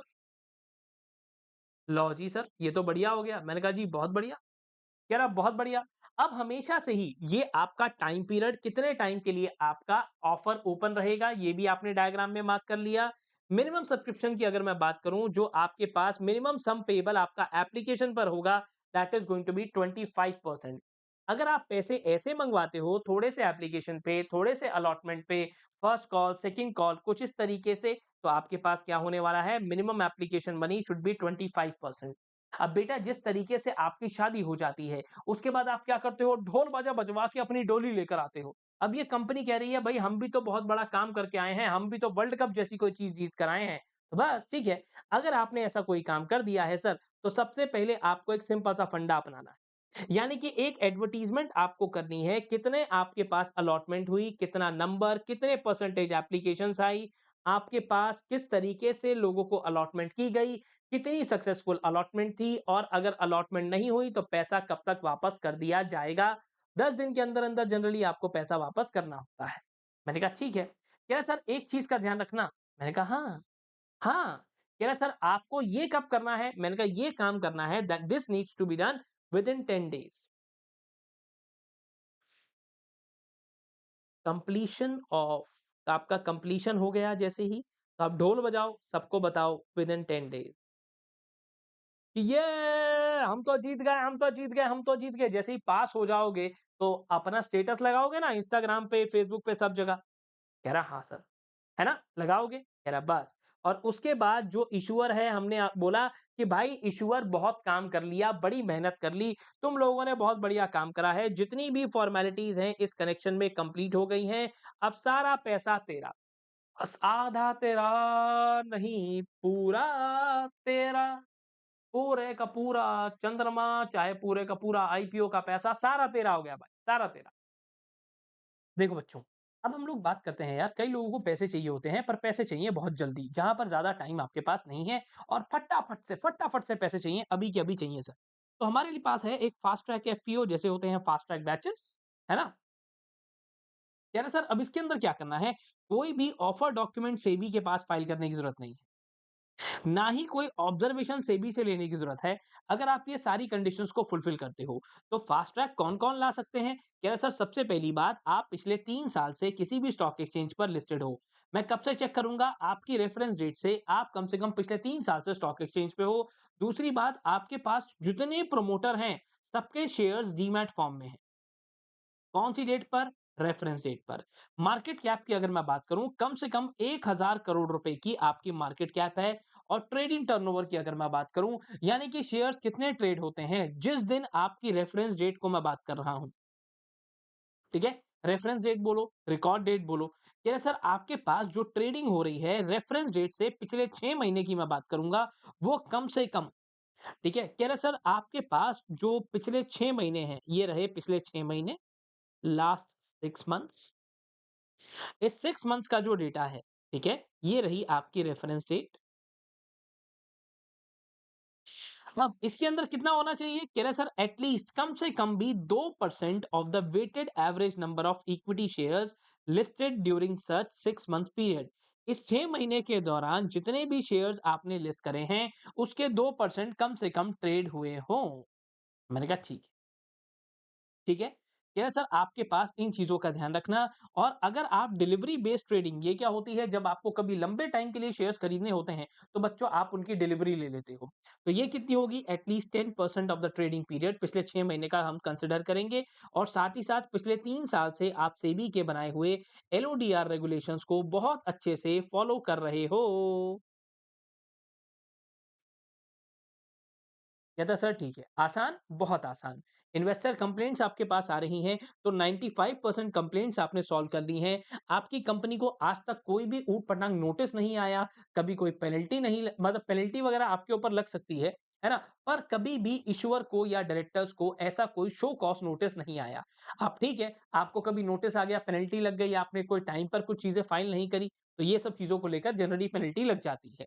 आपने कंपनीज़ एक्ट में कोई फॉर्म फाइल नहीं किया तो भी पेनल्टी लग जाती है। कह रहा कोई वायलेशन आपने ना करी हो। मैंने कहा ओके, कह रहा ना प्रमोटर ग्रुप, ना डायरेक्टर, ना इश्यूअर कोई भी इंसान ने कोई भी गड़बड़ ना करी हो। मैंने कहा ठीक है। कह रहा सर डिसिप्लिनरी मेजर्स अगली बात अगर मैं करूँ तो आपके यहाँ पर डिसिप्लिनरी मेजर्स के चलते जैसे बच्चे स्कूल में बम फोड़ देते थे, तो उनको स्कूल से सस्पेंड कर दिया जाता था।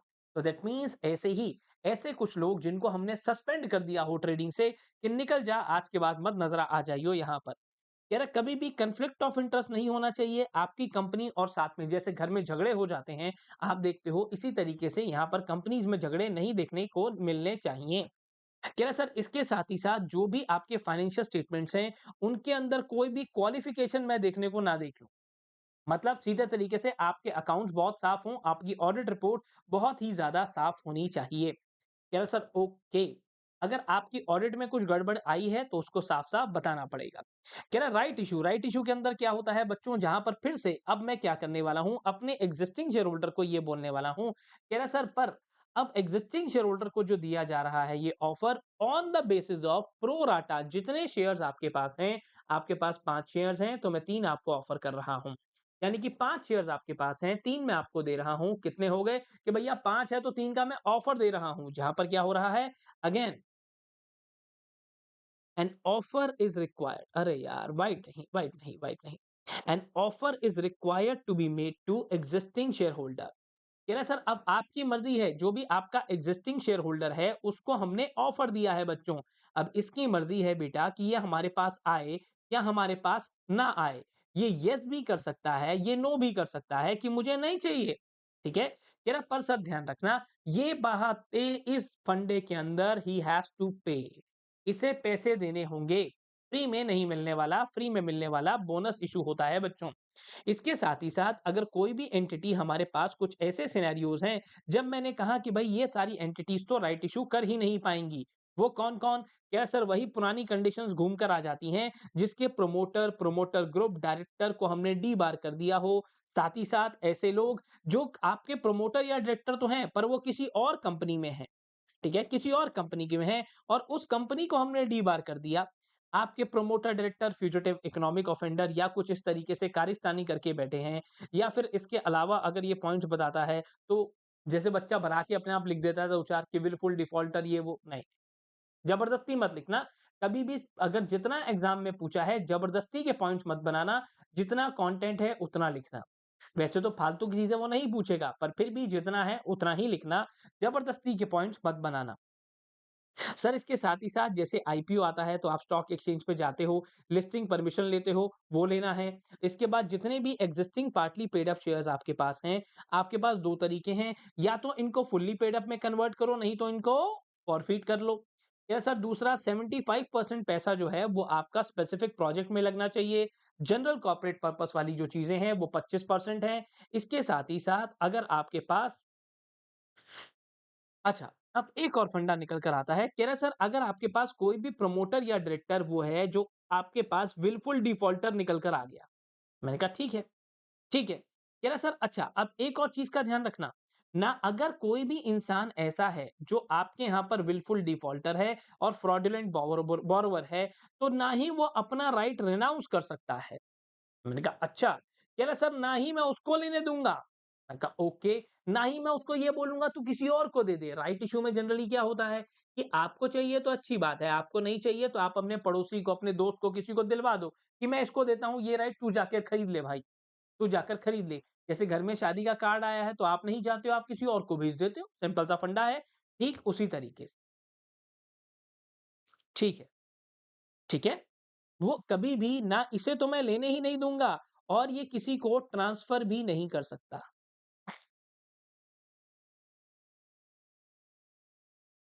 अच्छा, अब ऐसे ही बच्चों अगर मैं कहूँ,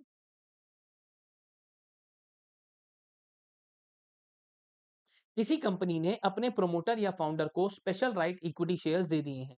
अब वो स्पेशल राइट इक्विटी शेयर्स वाला है तो ये इन्हें रिनाउंस नहीं कर सकता। अगर राइट इशू के अंदर इसे कुछ मिलता है और ये ट्रांसफर करना चाहता है तो ये रिनाउंस नहीं कर सकता। इसके ऊपर लॉक इन लगा रहेगा। लॉक इन, यस, जब तक उसके इक्विटी शेयर्स जो भी उसके पास स्पेशल राइट वाले शेयर्स हैं, जब तक वो नॉर्मल इक्विटी शेयर्स में कन्वर्ट नहीं हो जाते तब तक के लिए एक लॉक इन उसके ऊपर बना रहेगा।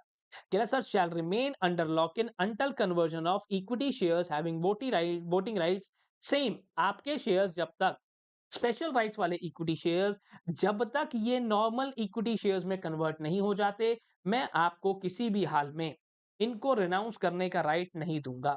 मैंने कहा ठीक, ठीक है। कह रहा सर इस बात का ध्यान रखना। इसके साथ-साथ बच्चों अगला आता है प्रेफ़रेंशियल इश्यू। जब मैं क्या करता हूँ, मैं कुछ ऐसा फंडा करने जा रहा हूँ, जहाँ पर कोई एक सिलेक्टेड ग्रुप ऑफ पीपल जैसे कि एक कंपनी ने डिसाइड किया कि भाई हम सिर्फ़ प्रोफ़ेसर को डिसाइड करेंगे, प्रोफ़ेसर को लेकर आएँगे और उन लोगों को शेयर इश्यू कर देंगे। ठीक है सर, आपकी मर्ज़ी। कह रहा पर एक चीज़ का ध्यान रखना, ऐसी स्कीम्स तो एम्प्लॉइज़ के लिए भी होती हैं। जब एक कंपनी चाहती है, जैसे अगर मान लो फॉर एग्ज़ाम्पल पीडब्ल्यू कहता है, भई दिव्या मिगलानी कहीं नहीं जाना चाहिए, तो दिव्या मिगलानी को पकड़ेंगे और थोड़े से शेयर्स दे देंगे कि सर अब आप कहीं नहीं जा सकते। अब आप कहीं नहीं जा सकते। अब आप हमारे हो गए हो सर, अब आप कहीं नहीं जा सकते। ओके। इसके साथ ही साथ अगर कोई भी इश्यूअर ऐसा है, जिसने पहले ही फालतू के पंगे डाल दिए हैं, जिसके प्रमोटर या डायरेक्टर फ्यूजिटिव इकोनॉमिक ऑफेंडर्स हैं, तो इन लोगों को हम पूरे तरीके से किसी भी हाल में प्रेफ़रेंशियल इश्यू नहीं लाने देंगे। नहीं लाने देंगे, नहीं लाने देंगे, इनको मना कर देंगे किसी भी हाल में कि भाई तुम प्रेफ़रेंशियल इश्यू नहीं ला सकते। ठीक है सर, ये तो बहुत बढ़िया है।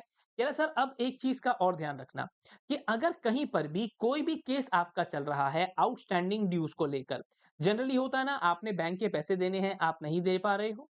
मैंने कहा ओके। कह रहा सर आउटस्टैंडिंग ड्यूज़ को लेकर अगर आपका पेंडिंग केस या पेंडिंग केस चल रहा है या पेंडिंग कोई अपील चल रही है, कहाँ पर?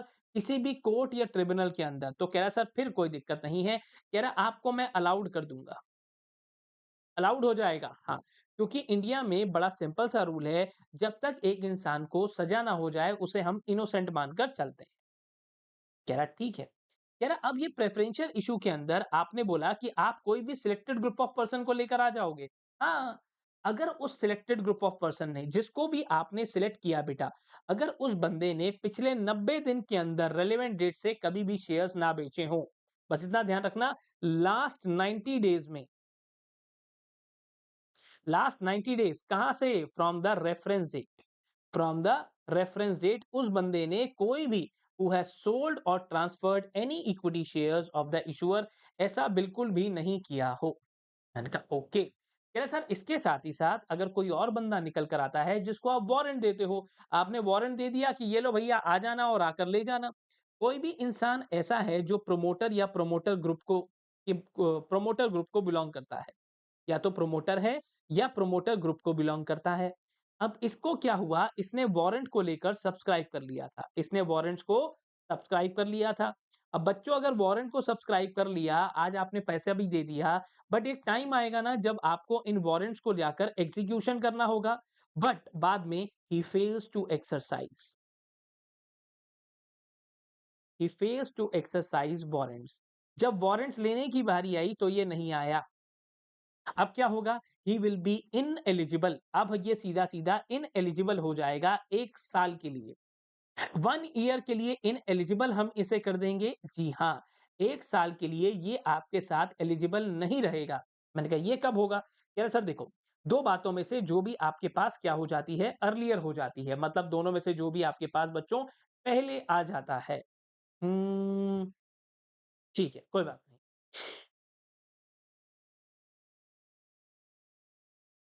यानी कि कौन-कौन सी बातें? Date of expiry of warrant और date of cancellation of warrant. इन दोनों में से जो भी सिनेरियो आपके पास आता है, जो भी पहले आ जाएगा, वहाँ से 1 साल को मैं काउंट कर दूँगा। अब मुझे एक बार ये ज़रूर देखना है कि ये पहले कह रहा है या ये बाद में कह रहा है। ठीक है, इन दोनों में से कोई भी एक, जैसा भी सिनेरियो आपके ऊपर अप्लाई होता है, या तो फर्स्ट वाला या सेकंड वाला, अकॉर्डिंगली देख लेंगे। अब जब भी आप अपने प्रेफ़रेंशियल इश्यू को लेकर आओगे, शेयर्स फुल्ली पेड अप होने चाहिए, एसआर पास करना, डीमैट फॉर्म, कंप्लायंस करना, पूरे के पूरे एलओडीआर का, पैन नंबर जितने भी अलॉटीज़ हैं, उन सबका लेना ज़रूरी है। यानी कि जितने भी लोगों को आप शेयर्स अलॉट करने वाले हो, उन सबका पैन नंबर आपके पास होना ज़रूरी है। ऐसा नहीं हो कि आपने शेयर अलॉट कर दिया और आपको पता ही नहीं है बंदा है कौन। देखो बेटा, अब इसके साथ-साथ कुछ और आगे लेकर चलते हैं चीज़ों को, जहाँ पर हमारे पास आता है क्यूआईपी, यानी कि क्वालिफाइड इंस्टीट्यूशनल बायर्स। क्यूआईपी का मतलब क्या होता है? जब सीधा-सीधा आप शेयर्स तो इश्यू कर रहे हो, बट ये लिस्टेड इश्यूअर जो है शेयर्स इश्यू करने जा रहा है क्यूआईबी को। ओके, यानी कि अब प्राइवेट प्लेसमेंट करी जा रही है ऐसे लोगों को जो आपकी कंपनी में भर-भर के पैसा लगाने वाले हैं। ये ऐसे लोग हैं जो आपके पास आएँगे तो 10-20 शेयर्स की बात नहीं करेंगे। सीधा बोलेंगे ठीक है हम तुम्हारी कंपनी में लगाते हैं 50 करोड़ रुपए, 100 करोड़ रुपए, ठीक है? ऐसे लोग हैं। तो कह रहे सर अगर कोई भी क्यूआईबी लेकर आता है, कोई भी बात ऐसी करता है तो सबसे पहले एसआर पास करवाना। मैंने कहा एसआर पास करवाएँ? कह रहा हाँ, स्पेशल रेज़ोल्यूशन आपको पास करवाना होता है और जिस दिन आपने एसआर पास करवा लिया, ध्यान रखना एसआर पास करवाने के पास आप अपने शेयर होल्डर्स के पास गए और जैसे ही बच्चों इन्होंने एसआर पास कर दिया, यहाँ से एसआर पास होते ही आपकी जो अलॉटमेंट है, ये अलॉटमेंट कंप्लीट हो जानी चाहिए 365 डेज़ में, 365 डेज़ मैक्सिमम। ओके, जिस दिन आपने रेज़ोल्यूशन पास किया, एसआर पास कर लिया, एसआर पास करते ही वहाँ से 365 डेज़ के अंदर-अंदर आपका ये काम हो जाना चाहिए। कह रहा ठीक है सर। कह रहा रही बात दूसरी, अगर आपको कभी भी प्रपोज़्ड अलॉटमेंट की हम लोग एक और बात करते हैं। स्पेशल रेज़ोल्यूशन के अंदर 2-3 बातें और भी थी, ओ और भी थी। हाँ, हाँ, हाँ, हाँ, हाँ, हाँ। कह रहा सर इसके साथ-साथ यहाँ पर ये ओएफएस नहीं हो सकता। ओएफएस नहीं डालोगे इसके अंदर। ना, ना, ना, ना। कह रहा है ओएफएस के अंदर आपको एसआर नहीं चाहिए। इन केस अगर आप मान लो ऐसा कुछ कर रहे हो, this is offer for cell तो आपको एसआर की रिक्वायरमेंट नहीं होती। अगर आप फ्रेश इश्यू ऑफ शेयर्स लेकर आ रहे हो तभी हम लोग ये बात करेंगे। पर अगर आपका offer for sale by promoters है, तो हमको सर बिल्कुल भी किसी हाल में एसआर की ज़रूरत नहीं पड़ने वाली है बच्चों। मैंने कहा ठीक है। कह रहा अब इससे पहले कि आप अपनी अलॉटमेंट करो, हम एक बात का ध्यान रखेंगे कि आपकी कंपनी ऑलरेडी स्टॉक एक्सचेंज पर लिस्टेड है। कब से? 1 साल से, पिछले 1 साल से और 1 साल कब से देखूँगा? जिस दिन आपने एसआर वाली मीटिंग जिस मीटिंग में आपने शेयर होल्डर की मीटिंग में शेयर होल्डर मीटिंग में एसआर पास करना है, ठीक है? अब इस मीटिंग से 1 साल पहले यानी कि 1 ईयर बिफोर यानी कि 1 साल पहले तक आपके पास जो भी सिनेरियो है, आपकी कंपनी यहाँ पर लिस्टेड है।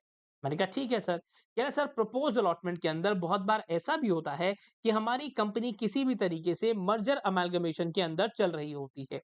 मैंने कहा ओके। कह रहा सर तो भी हम आपको सेम फंडे के ऊपर लेकर जाएँगे कि आप भैया आपकी जो भी कंपनी है, जो भी सीन आपका चल रहा है मर्जर अमाल्गमेशन का, अब इसके अंदर भी बच्चों जो भी आपकी ट्रांसफेरर कंपनी है, ट्रांसफेरर कंपनी यानी कि जो कंपनी अपना सब कुछ खत्म कर रही है और सारा कुछ एक नई कंपनी को दे रही है।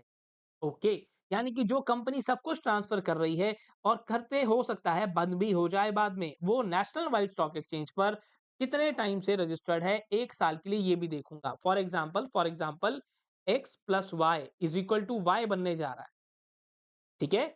एक्स कंपनी 6 महीने से रजिस्टर्ड है, वाई कंपनी 2 साल से रजिस्टर्ड है। तो कह रहा है सर 6 महीने इसके भी लूँगा, 2 साल इसके भी कंसिडर करूँगा, अगर मर्जर अमाल्गमेशन की बात हो रही है तो। कह रहा ठीक है। कह रहा सर एक और चीज़ का ध्यान रखना कि आपको मिनिमम पब्लिक शेयर होल्डिंग का भी ध्यान रखना होता है, जो कि कितनी है? मिनिमम 25%। कह रहे सर एक और बात, जब आप कभी भी ऐसा कुछ क्यूआईपी कर रहे हो, तो ध्यान रखना आपके प्रमोटर कहीं भगौड़े तो नहीं हैं, कहीं ऐसा तो नहीं है क्यूआईपी से पैसा तो लेने के लिए जा रहे हो, पर आपके प्रमोटर्स ने पहले ही यहाँ पे देश का पैसा लेकर कोई ना कोई गड़बड़ कर दी है और यहाँ से ऑलरेडी वो कहीं पर भाग के जा चुके हैं। मैंने कहा ठीक है। कह रहा सर एक और चीज़ का ध्यान रखना कि एक बार अगर आपने ऐसा कुछ कर दिया आपने एसआर पास करा? मैंने कहा हाँ, एसआर पास कर लिया। कह रहा ठीक है। कह रहा सर एसआर पास करने के बाद आपके पास अगर किसी भी हाल में एक क्यूआईपी आप करते हो, ठीक है? क्यूआईपी आपने किया और ये क्यूआईपी कंप्लीट हो गया। कह रहा ठीक है सर, ओके आसान। आसान होने के बाद बेटा अब आपको you have to wait for 2 weeks.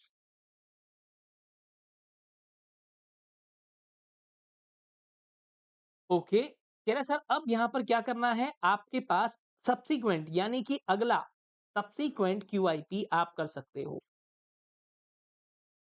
अगला क्यूआईपी आप लेकर आ सकते हो, इसमें कोई भी मना नहीं है। अब हम लोगों ने बच्चों ऐसा अक्सर देखा है कि बाहर की बहुत सारी बड़ी-बड़ी कंपनीज़ हैं जो इंडिया में आ जाती हैं और इंडिया में आकर अपना काम-धंधा करती हैं।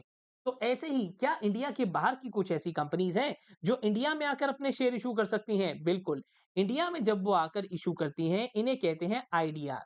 अब इसके लिए क्या-क्या होगा? जो भी कंपनी इंडिया के बाहर से आ रही है, यानी कि मैं कहता हूं कोई भी फॉरेन कंपनी अगर इंडिया में आती है और इंडिया में आकर अपने शेयर इशू करना चाहती है, शेयर्स इशू करना चाहती है, तो अब क्या होगा? कह रहा सर सबसे पहली बात तो जहाँ से आप आए हो। अब मैंने कहा कहाँ से आए हो? कह रहे यूएस से आए हो। मैंने कहा ठीक है। कह रहा भैया होम कंट्री में पिछले 3 साल से आप ऑलरेडी लिस्टेड हो। सबसे पहले आपको आपकी रेगुलेटरी बॉडी ने कभी भी प्रोहिबिट नहीं किया। जैसे हमारे यहाँ सेबी है तो आपके यहाँ भी होगा, हमारे यहाँ पुलिस है तो आपके यहाँ भी होगी, आपके यहाँ एफबीआई बोलते हैं, हमारे यहाँ सीबीआई बोलते हैं तो आपके यहाँ भी रेगुलेटर होगा ही। कह रहा अच्छा खासा आपकी होम कंट्री के अंदर आप सारे कानून को मानते हो, अच्छे बच्चे हो वहां पर और आपके प्रमोटर या किसी भी तरीके से फ्यूजिटिव इकोनॉमिक ऑफेंडर नहीं है। कह रहा सर ये तो बातें हुई जो आपको ध्यान रखनी है।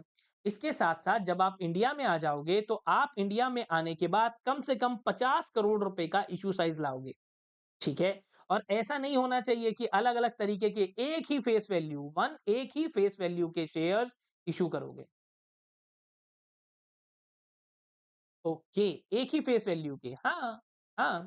कह रहा है सर आपके पास जो अगर कोई भी अंडरलाइंग इक्विटी शेयर्स हैं, तो अगर अंडरलाइंग मतलब जैसे कि डेरिवेटिव्स होते हैं, तो उसके अगेंस्ट जो भी आप आईडीआर इश्यू कर रहे हो, बेटा आईडीआर सिर्फ़ और सिर्फ़ एक राइट्स होते हैं, इनके पीछे होते हैं equity shares. In equity shares के भरोसे आप आगे दे देते हो आईडीआर। यानी कि आप क्या कर रहे हो? एक तरीके से सिर्फ़ एक राइट बेच रहे हो। ये जो इक्विटी शेयर्स हैं जिनके भरोसे आप आईडीआर बेच रहे हो, ये आईडीआर ऑलरेडी आपकी होम कंट्री में लिस्टेड हो सॉरी, ये इक्विटी शेयर्स ऑलरेडी आपकी होम कंट्री में लिस्टेड होने चाहिए। ऐसा समझ लो इक्विटी शेयर्स घर हैं और यहाँ पर आप उसको सिर्फ एक चाबी अभी दे रहे हो। आप सिर्फ उसको एक राइट दे रहे हो कि भैया अभी तेरे को मैंने एक राइट दे दिया है। अब किस पर बेस्ड है? कह रहे sir they are based on equity shares. तो ये इक्विटी शेयर्स आपकी होम कंट्री में एलिजिबल हो सॉरी लिस्टेड होने चाहिए। मैंने कहा ठीक है। कह रहा और साथ ही साथ आईडीआर में और इक्विटी शेयर्स में कोई भी फ़र्क नहीं होना चाहिए। मैंने कहा ओके, ठीक है। कह रहा सर इसके साथ-साथ जो हमेशा सबके साथ हो रहा है, किसी न किसी एक स्टॉक एक्सचेंज पर जाना होगा, डिपॉजिटरी से बात करनी होगी, 75% पैसा जो है वो किसमें लगाना होगा? प्रोजेक्ट में लगाना होगा। उसके साथ ही साथ जनरल कॉर्पोरेट पर्पज़ के लिए पैसा कितना होगा? 25% का होगा। ये कंडीशन सब में सेम है। इन सारी बातों का इश्यूअर को ध्यान रखना होता है। क्या सर अच्छा इसी के साथ-साथ पहले तो वो आया आपके पास जब उसने आईडीआर का आईपीओ करा। अब वो कहता है कि सर क्यों ना मैं एक काम करूँ, मेरे पास तो ऑलरेडी आपके यहाँ पर इंडिया में मेरे बहुत सारे शेयर होल्डर्स हैं। उन लोगों ने वहाँ पर शेयर ले रखे हैं, तो मैं एक काम करता हूँ, यहाँ पर आके आईडीआर का राइट इश्यू लेकर आ जाता हूँ। मैंने कहा अच्छा इतना भरोसा? कह रहा हाँ। कह रहा मेरे पास तो पहले ही बड़े शेयर होल्डर हैं। मैंने कहा कोई बात नहीं। सबसे पहली प्रमोटर डायरेक्टर एफईओ नहीं होने चाहिए भैया, भगोड़े नहीं होने चाहिए तेरे। दूसरी बात, कह रहा सर आपके पास जिस दिन आप अपना राइट इश्यू कर रहे हो, इश्यूअर को ये बोला गया है कि भाई तू पूरे हाल में सेबी एलओडीआर और लिस्टिंग एग्रीमेंट उसको पूरे तरीके से फुलफिल करेगा। मैंने कहा इसको फुलफिल करेगा। हाँ, जिस दिन आपको आपके पास किसी भी हाल में अगर मुझे पता चला आप एलओडीआर को फुलफिल नहीं करते हो, लिस्टिंग ऑब्लिगेशन की बात नहीं मानते हो, आप इन चीज़ों को नहीं समझते हो और कहीं न कहीं आपके साथ जो डिपॉजिटरी के साथ का एग्रीमेंट आप नहीं मान रहे हो, कह रहा सर तो ये चीज़ें अगर आप नहीं मानोगे ना तो मैं आपको एलिजिबल नहीं होने दूँगा। एक आपको एलिजिबल नहीं होने दूँगा अगर आपके प्रमोटर या डायरेक्टर एफईओ निकलते हैं या तो फिर आप मेरा एलओडीआर नहीं मानते हो, आप अब मेरे यहाँ की डोमेस्टिक डिपॉजिटरी को कुछ नहीं समझते हो। लॉ कहता है अगर मेरे यहाँ की चीज़ों को मेरे हिसाब से नहीं चलेगा, तो मैं तेरे को कुछ भी नहीं करने दूँगा। तू होगा गुंडा बदमाश अपने यहाँ पे, पर हमारे यहाँ तो भैया हम नहीं चलने देते किसी की। हम किसी की नहीं चलने देते, तू होगा अपने यहाँ का चैंपियन पर मेरे को कोई मतलब नहीं तेरे से। अब अगर होगा तू अपने यहाँ चैंपियन तो तेरा भी नाम हम तो अपने यहाँ छोटा हाथी ट्रक को बुलाते हैं चैंपियन। कह रहा सर इसके साथ ही साथ अब आते हैं बेटा स्मॉल एंड मीडियम एंटरप्राइजेस। अगर मैं कायदे से देखूं तो कंपनी सेक्रेटरीज को बहुत ज्यादा स्कोप मिल रहा है यहाँ पे काम करने का। क्यों? अब ना छोटी छोटी कंपनीज भी ऐसी हैं जिनको हम लेकर आ गए और आईसीडीआर रेगुलेशंस के चलते इनको बोला गया कि आपके लिए भी हमने स्मॉल एंड मीडियम एक्सचेंज बना दिया है। मतलब ज़रूरी नहीं है कि आप सब बड़े-बड़े लोग ही, बड़ी-बड़ी कंपनियाँ ही काम करेंगी, छोटी कंपनीज़ भी आकर काम कर सकती हैं। मैंने कहा ठीक है। क्या सर फिर से कौन-सी एंटिटीज़ एलिजिबल नहीं होंगी? बच्चा पार्टी, फिर से रिपीट होगा सब कुछ। क्या नहीं होने चाहिए? डीबार्ड नहीं होने चाहिए। ठीक है। कह रहे सर आप किसी एक और कंपनी में आपके प्रमोटर डायरेक्टर हैं मोटू पतलू। मोटू पतलू किसी और कंपनी में भी डायरेक्टर हैं और जिस कंपनी में वो डायरेक्टर हैं, उस कंपनी को हमने डीबार कर दिया। विलफुल डिफॉल्टर नहीं होने चाहिए, फ्यूजिटिव इकोनॉमिक ऑफेंडर नहीं होने चाहिए। कंडीशन सेम है। समझदारी उस बच्चे की है जो एक बार कंडीशन को याद रखे और उसको हर जगह, हर जगह, हर जगह लगा दे। अब आती है मेन बातें। एलिजिबिलिटी रिक्वायरमेंट्स कह रहे सर सबसे पहली एलिजिबिलिटी है कि आपकी post issue paid up share capital कितनी होगी? कह रहा सर आपकी मैक्सिमम 10 सीआर। अच्छा 10 करोड़ से ज़्यादा नहीं है? नहीं। और अगर आपके यहाँ पे 10 करोड़ से ज़्यादा है, मतलब आप 10 से 25 करोड़ के बीच में हो, तो मैं आपको दोनों ऑप्शन देता हूँ, कि भाई अगर आप चाहो तो आप मेन बोर्ड पे भी जा सकते हो, यानी कि जैसे सब बड़ी कंपनीज़ लिस्ट करती हैं एनएससी, बीएसई या तो आप एसएमई एक्सचेंज पे भी जा सकते हो। ओके। कह रहे सर अगर आप एक छोटी कंपनी हो तो सेबी आपको कोई भी ऑफर डॉक्यूमेंट पर बिल्कुल भी कोई ऑब्जर्वेशन नहीं देता है, पर लीड मैनेजर को ये जरूर बोला गया है कि यार तू चेक कर ले सब कुछ। जैसे छोटी क्लास है, छोटे बच्चे हैं, तो हम लोग क्या करते हैं ज्यादा सख्ताई नहीं करते ना, यहाँ भी ज्यादा सख्ताई नहीं। मैंने कहा यार अभी अभी तो कंपनी आई है, अभी जिंदा हूँ, थोड़ा सा बढ़ लेने दो, जब बड़े हो जाएंगे तो पूरे तरीके से हम अपना काम करेंगे। कह रहा आपका जो आईपीओ होगा 100% अंडर रिटर्न होगा। मैंने कहा ठीक है। कह रहा सर आपको कम से कम लीड मैनेजर को अंडरराइट करना होगा 15% मार्केट मेकिंग करनी होगी। अब अगर कोई छोटी कंपनी है तो बच्चों उसके प्राइजेस को अगर मैं कहता हूं चलो इशू साइज ही इस बेचारे का इशू साइज निकल कर आता है 30 करोड़ रुपए का, या 30 करोड़ रुपए का अगर कोई पब्लिक इशू लाता है, हालांकि ऐसा आता नहीं है, पर मैं कहता हूं चलो 300 करोड़ का भी है, 300 करोड़ का भी है, तो भी मैनिपुलेशन करनी आसान है। तो भी मैनिपुलेशन करनी आसान है। बाजार के अंदर ऐसी मैनिपुलेशन ना हो जाए, इसके लिए मार्केट मेकिंग की जाती है। ओके। लॉ ने बोला कि भाई आप मार्केट मेकिंग करवाओगे और ये मार्केट मेकिंग 15% के लिए आपको अंडरराइट करना पड़ेगा।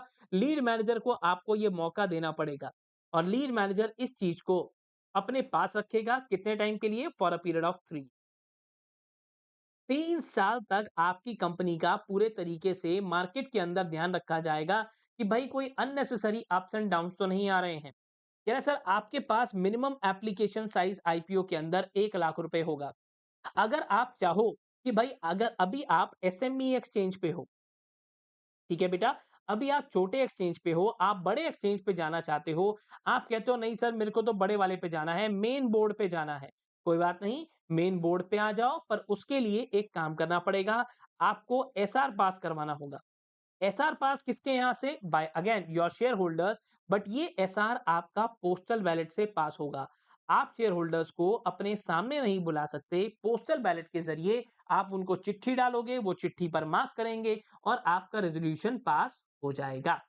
ठीक है सर। अब थोड़ा और आगे चलें। क्वेश्चन नहीं कराया आपने इस बारी, कोई बात नहीं, क्वेश्चन देखोगे तो भी आपको सब आता होगा।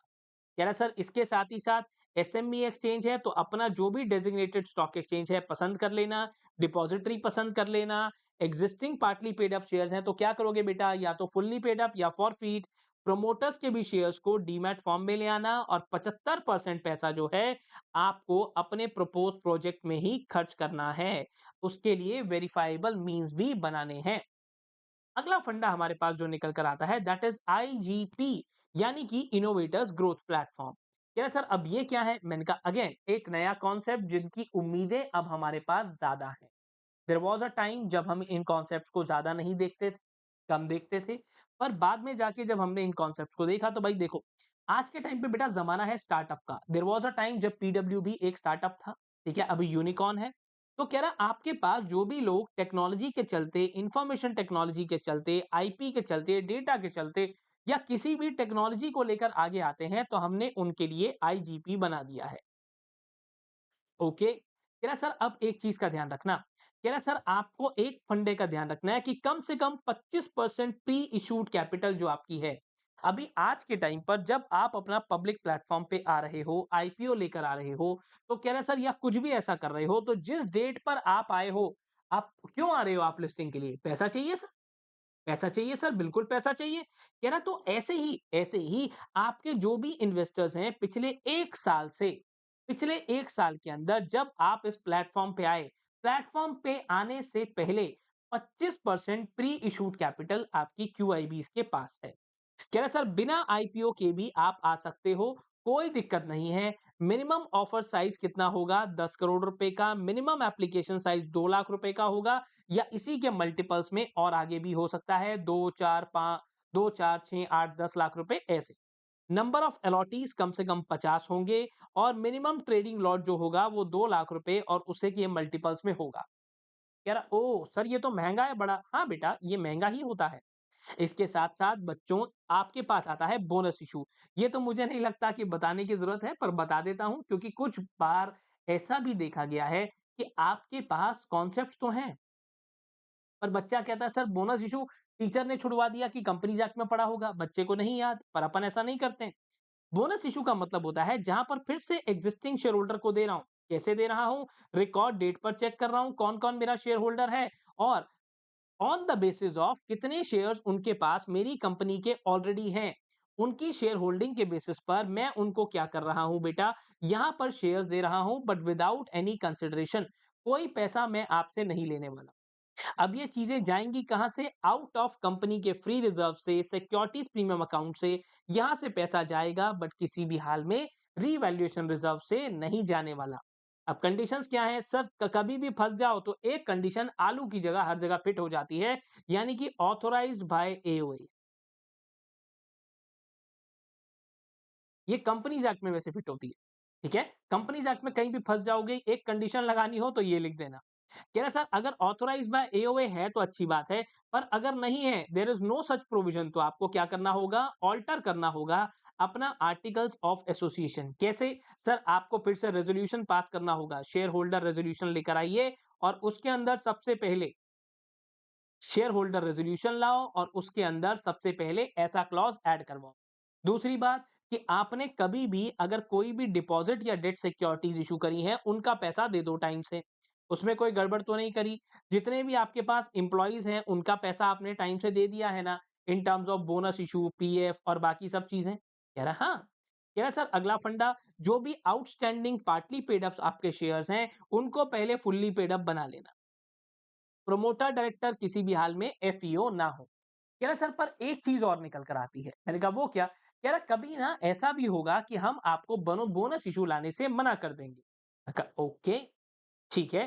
कह रहा बोनस इशू लाने से मना कर दोगे आप? मैंने कहा हाँ, रेस्ट्रिक्शन लग जाती है बोनस इशू लाने पर भी। कह रहा सर अच्छा, अब ये रेस्ट्रिक्शन कैसे लगती है? देखो, अगर कभी भी कोई भी बोनस इशू लेकर आ रहा है, तो अगर उन्होंने कोई भी रिजर्वेशन बना दी है एक पर्टिकुलर क्लास को लेकर कि भाई हम ये बोनस इशू तो इन्हीं जो अपने हमारे जितने भाई हैं, जितनी कंपनी के एम्प्लॉइज हैं उनको देंगे।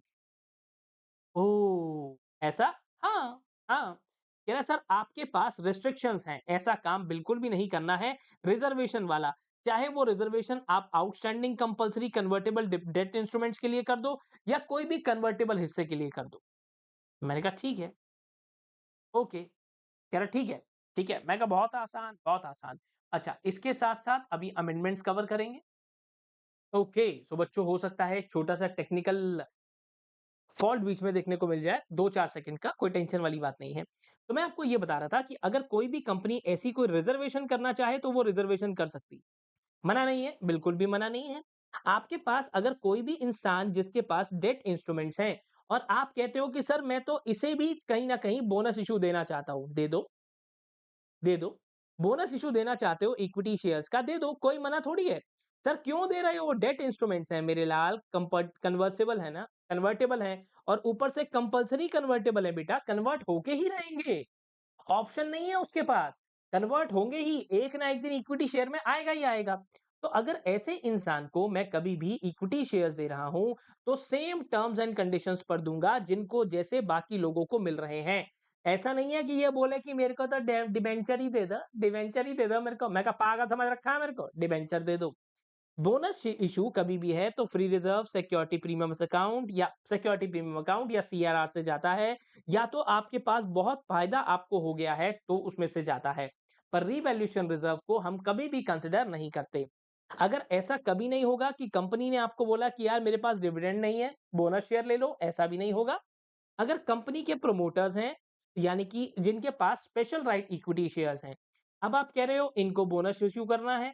मैंने कहा बोनस शेयर्स देने हैं, कह रहा हाँ, कह रहा बोनस शेयर्स में इनको भी सर इक्विटी शेयर्स ही मिलेंगे। ओके, और वो भी वैसे ही जैसे बाकी सब लोगों को मिल रहे हैं, यानी कि सेम टर्म्स एंड कंडीशंस वाले। आपके पास स्पेशल राइट्स वाले हैं, आप मेरे को बोल दो कि ना ना भैया, मेरे को तो आप मेरे को दूसरे वाले स्पेशल राइट्स वाले दे दो। ना भैया, तेरे को ऑर्डिनरी शेयर ही मिलेंगे, यानी कि ऑर्डिनरी वाले इक्विटी शेयर ही तेरे को दूंगा। मैंने कहा ओके, कहीं तू सोचे यार अलग मिल जाएंगे, तो ऐसा नहीं होने वाला है। ठीक है सर, अब बात आती है आपके पास बोनस इशू को कंप्लीट करने की। छोटा सा एक फंडा समझते हैं बच्चों, कि आपके पास बोनस इशू के अंदर आपको एक बोर्ड मीटिंग करनी होती है। छोटा सा एक डायग्राम बनाते हैं। इस बोर्ड मीटिंग के अंदर आप डिसाइड करोगे कि आपको बोर्ड अप्रूवल से आपका काम चल जाएगा। ठीक है, बोर्ड अप्रूवल से आपका काम चल जाएगा, या तो फिर आपको शेयर होल्डर अप्रूवल चाहिए। अब बात होती है कि शेयर होल्डर अप्रूवल की। अब आपको कहा जाता है कि यहां पर इन मीटिंग से आपका इंप्लीमेंटेशन आपकी हो जानी चाहिए। मैंने कहा इंप्लीमेंटेशन का मतलब क्या है? कह रहा sir, date of commencement of trading. Board approval, अगर सिर्फ आप बोर्ड रेजोल्यूशन से आपका काम चल पा रहा है तो विद इन 15 डेज, 15 दिन का टाइम आपको दिया गया। 15 दिन के अंदर अंदर आपकी इंप्लीमेंटेशन हो जानी चाहिए। पर यही काम अगर शेयर होल्डर अप्रूवल का है, तो बोर्ड मीटिंग की तारीख से शेयर होल्डर अप्रूवल लेकर विद इन 2 मंथ्स इंप्लीमेंटेशन हो जानी चाहिए। मैंने कहा ठीक है, इंप्लीमेंटेड का मतलब है डेट ऑफ ट्रेडिंग कह रहा है सर। इसके साथ ही साथ जहां पर आपके बोर्ड ऑफ डायरेक्टर्स जो हैं, अब एक बार जो आपने बोनस इशू को अनाउंस कर दिया, उसके बाद मुड़कर आप उसे विड्रॉ नहीं कर सकते बच्चों, किसी भी हाल में बेटा। ये मना है, साफ साफ मना है। कह रहा है इसके साथ साथ अब एक चीज और। अब मैं आपको, अब टॉपिक रिवाइज करा है तो अमेंडमेंट भी फटाफट से कर लेते हैं, कुछ बड़ी बात नहीं है, छोटा सा चैप्टर है। कह रहा सर एक काम और करो। मैंने कहा हाँ। कह रहा देखो आपके पास अमेंडमेंट आई है अभी। मैंने कहा हाँ, अमेंडमेंट तो आई है। कह रहा ठीक है। अमेंडमेंट के अंदर सर आपने क्या देखा? मैंने कहा कुछ भी नहीं, आईसीडीआर रेगुलेशंस के अंदर इन्होंने एक छोटी सी अमेंडमेंट दे दी। अमेंडमेंट किसको दे दी? अंडर राइटिंग को लेकर। इन्होंने कहा सर अंडर राइटिंग का एक टॉपिक पढ़ा देना बच्चों को। मैंने कहा बच्चे हमारे ऐसे तूफान हैं, ये पहले ही ये सारी चीजों को समझते हैं। यार आओ फिर देख लेते हैं। मैंने कहा देख लेते हैं।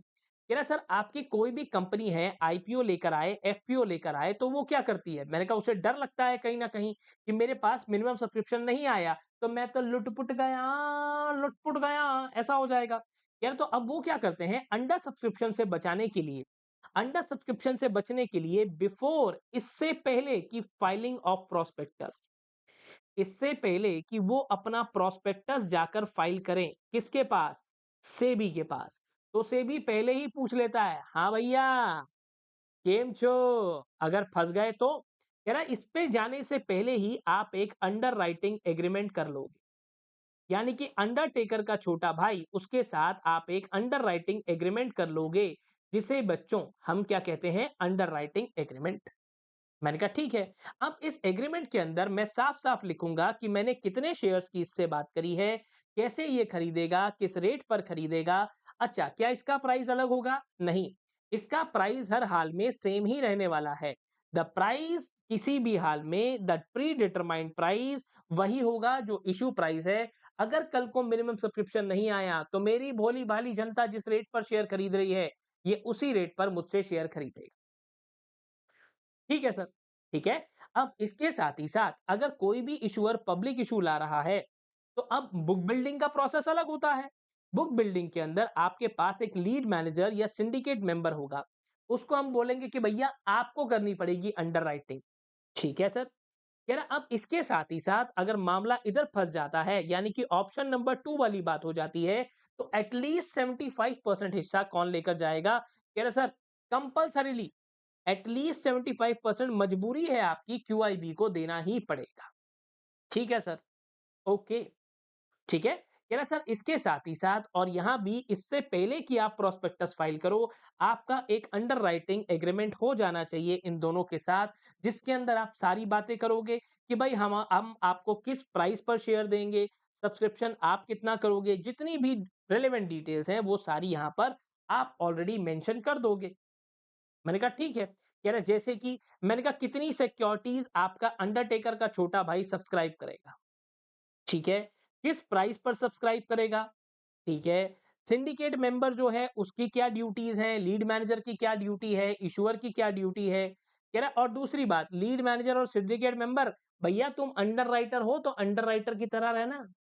चालाकी मत करना, कहीं किसी और तरीके से सोचो कि चलो यार ये तो फुल हो रहा है, मैं क्यों ना चुपचाप अपनी बीवी के अकाउंट से खरीद लूँ। नहीं, ऐसा नहीं हो सकता। कह रहे सर साथ ही साथ जो भी आपकी चीज़ें हैं, आपकी अंडरराइटिंग कितनी हो सकती है? इट कैन बी इश्यूअर का जो एक्सटेंट है दैट मैक्सिमम कितना हो सकता है? मिनिमम सब्सक्रिप्शन यानी कि मैक्सिमम 90% ऑफ इश्यू साइज़ तक ही आप जा सकते हो। ठीक है। हर एक अंडरराइटिंग इश्यू के अंदर नाइट अब किसी भी अंडरटेकर को अपॉइंट करा क्यों करा? ताकि मेरे इश्यू को 3 टाइम्स ले जा, नहीं मैं तो सिर्फ़ इतना ही चाहता हूँ कि भाई मुझे 90% तक ले जा बस, बाकी मुझे कोई भी दिक्कत नहीं। कह रहा ठीक है सर, ठीक है। कह रहा सर अच्छा अब कंडीशंस ऑफ बोनस इश्यू आपने पढ़ा तो एक क्लॉज़ बीच में ऐड हो गया रेगुलेशन 293 के चलते कि एक बार आपको स्टॉक एक्सचेंज ने अगर हाँ कर दी है, ईसॉप की बात नहीं कर रहा, तो आप क्या कर सकते हो it has received approval from the stock exchange जिसके अंदर इनकी हम लोग बात नहीं कर रहे कन्वर्टेबल सिक्योरिटीज की बात नहीं कर रहे prior to issuance of bonus issue जब आपने लिया उससे पहले क्या आपके पास लिस्टिंग परमिशन है तो कह रहा है सर तो भी बहुत अच्छी बात है ओके कह रहा है सर अब बोनस इशू साथ ही साथ सिर्फ और सिर्फ डीमैट फॉर्म में आएगा फिजिकल फॉर्म में नहीं आएगा किसी भी हाल में आप आज के समय में फिजिकल फॉर्म में अपने शेयर्स को नहीं ला सकते बच्चों सर ये दूसरा वाली कंडीशन इल्ला है आसान शब्दों में पहले से ही लिस्टेड हो अगर आप बोनस इशू लेकर आ रहे हो तो देखो बच्चों मेरे हिसाब से तो इस चैप्टर में से ना करते भी कम से कम भी 8 से 12 नंबर कहीं ना कहीं मुझे ऐसा लगता है 8 मार्क्स का पेपर इसमें से आना बहुत आसान है वो अगर एग्जामिनर को पसंद रहा तो हो सकता है 12 मार्क्स का भी दे दे अच्छा पेपर बनाना है तो एक क्वेश्चन इसी में से प्रैक्टिकल भी बना देगा और आपको प्रैक्टिकल का ध्यान रखना है थ्योरी के अंदर जितने भी टॉपिक्स इनके पास हैं मैं ये नहीं कहूंगा कुछ टॉपिक्स दम नहीं रखते इस चैप्टर में सारे ही टॉपिक्स दम रखते हैं और उम्मीद रहती है इनके आने की उम्मीद रहती है सर अच्छी खासी उम्मीद रहती है ठीक है इसी के साथ अब मैं आप लोगों से अलविदा लेता हूं इसके साथ-साथ अच्छे से ध्यान रखना, क्वेश्चंस को करते रहना, है ना? इन क्वेश्चंस को करते रहना, टॉपिक्स को करते रहना, फिर भी कुछ समझ नहीं आता तो मुझे ज़रूर बताना, मैं आपके कमेंट्स का इंतज़ार करूँगा। तब तक के लिए bye bye, take care of yourself and all the best. लगे रहो भैया, लगे रहो और फोड़ दो।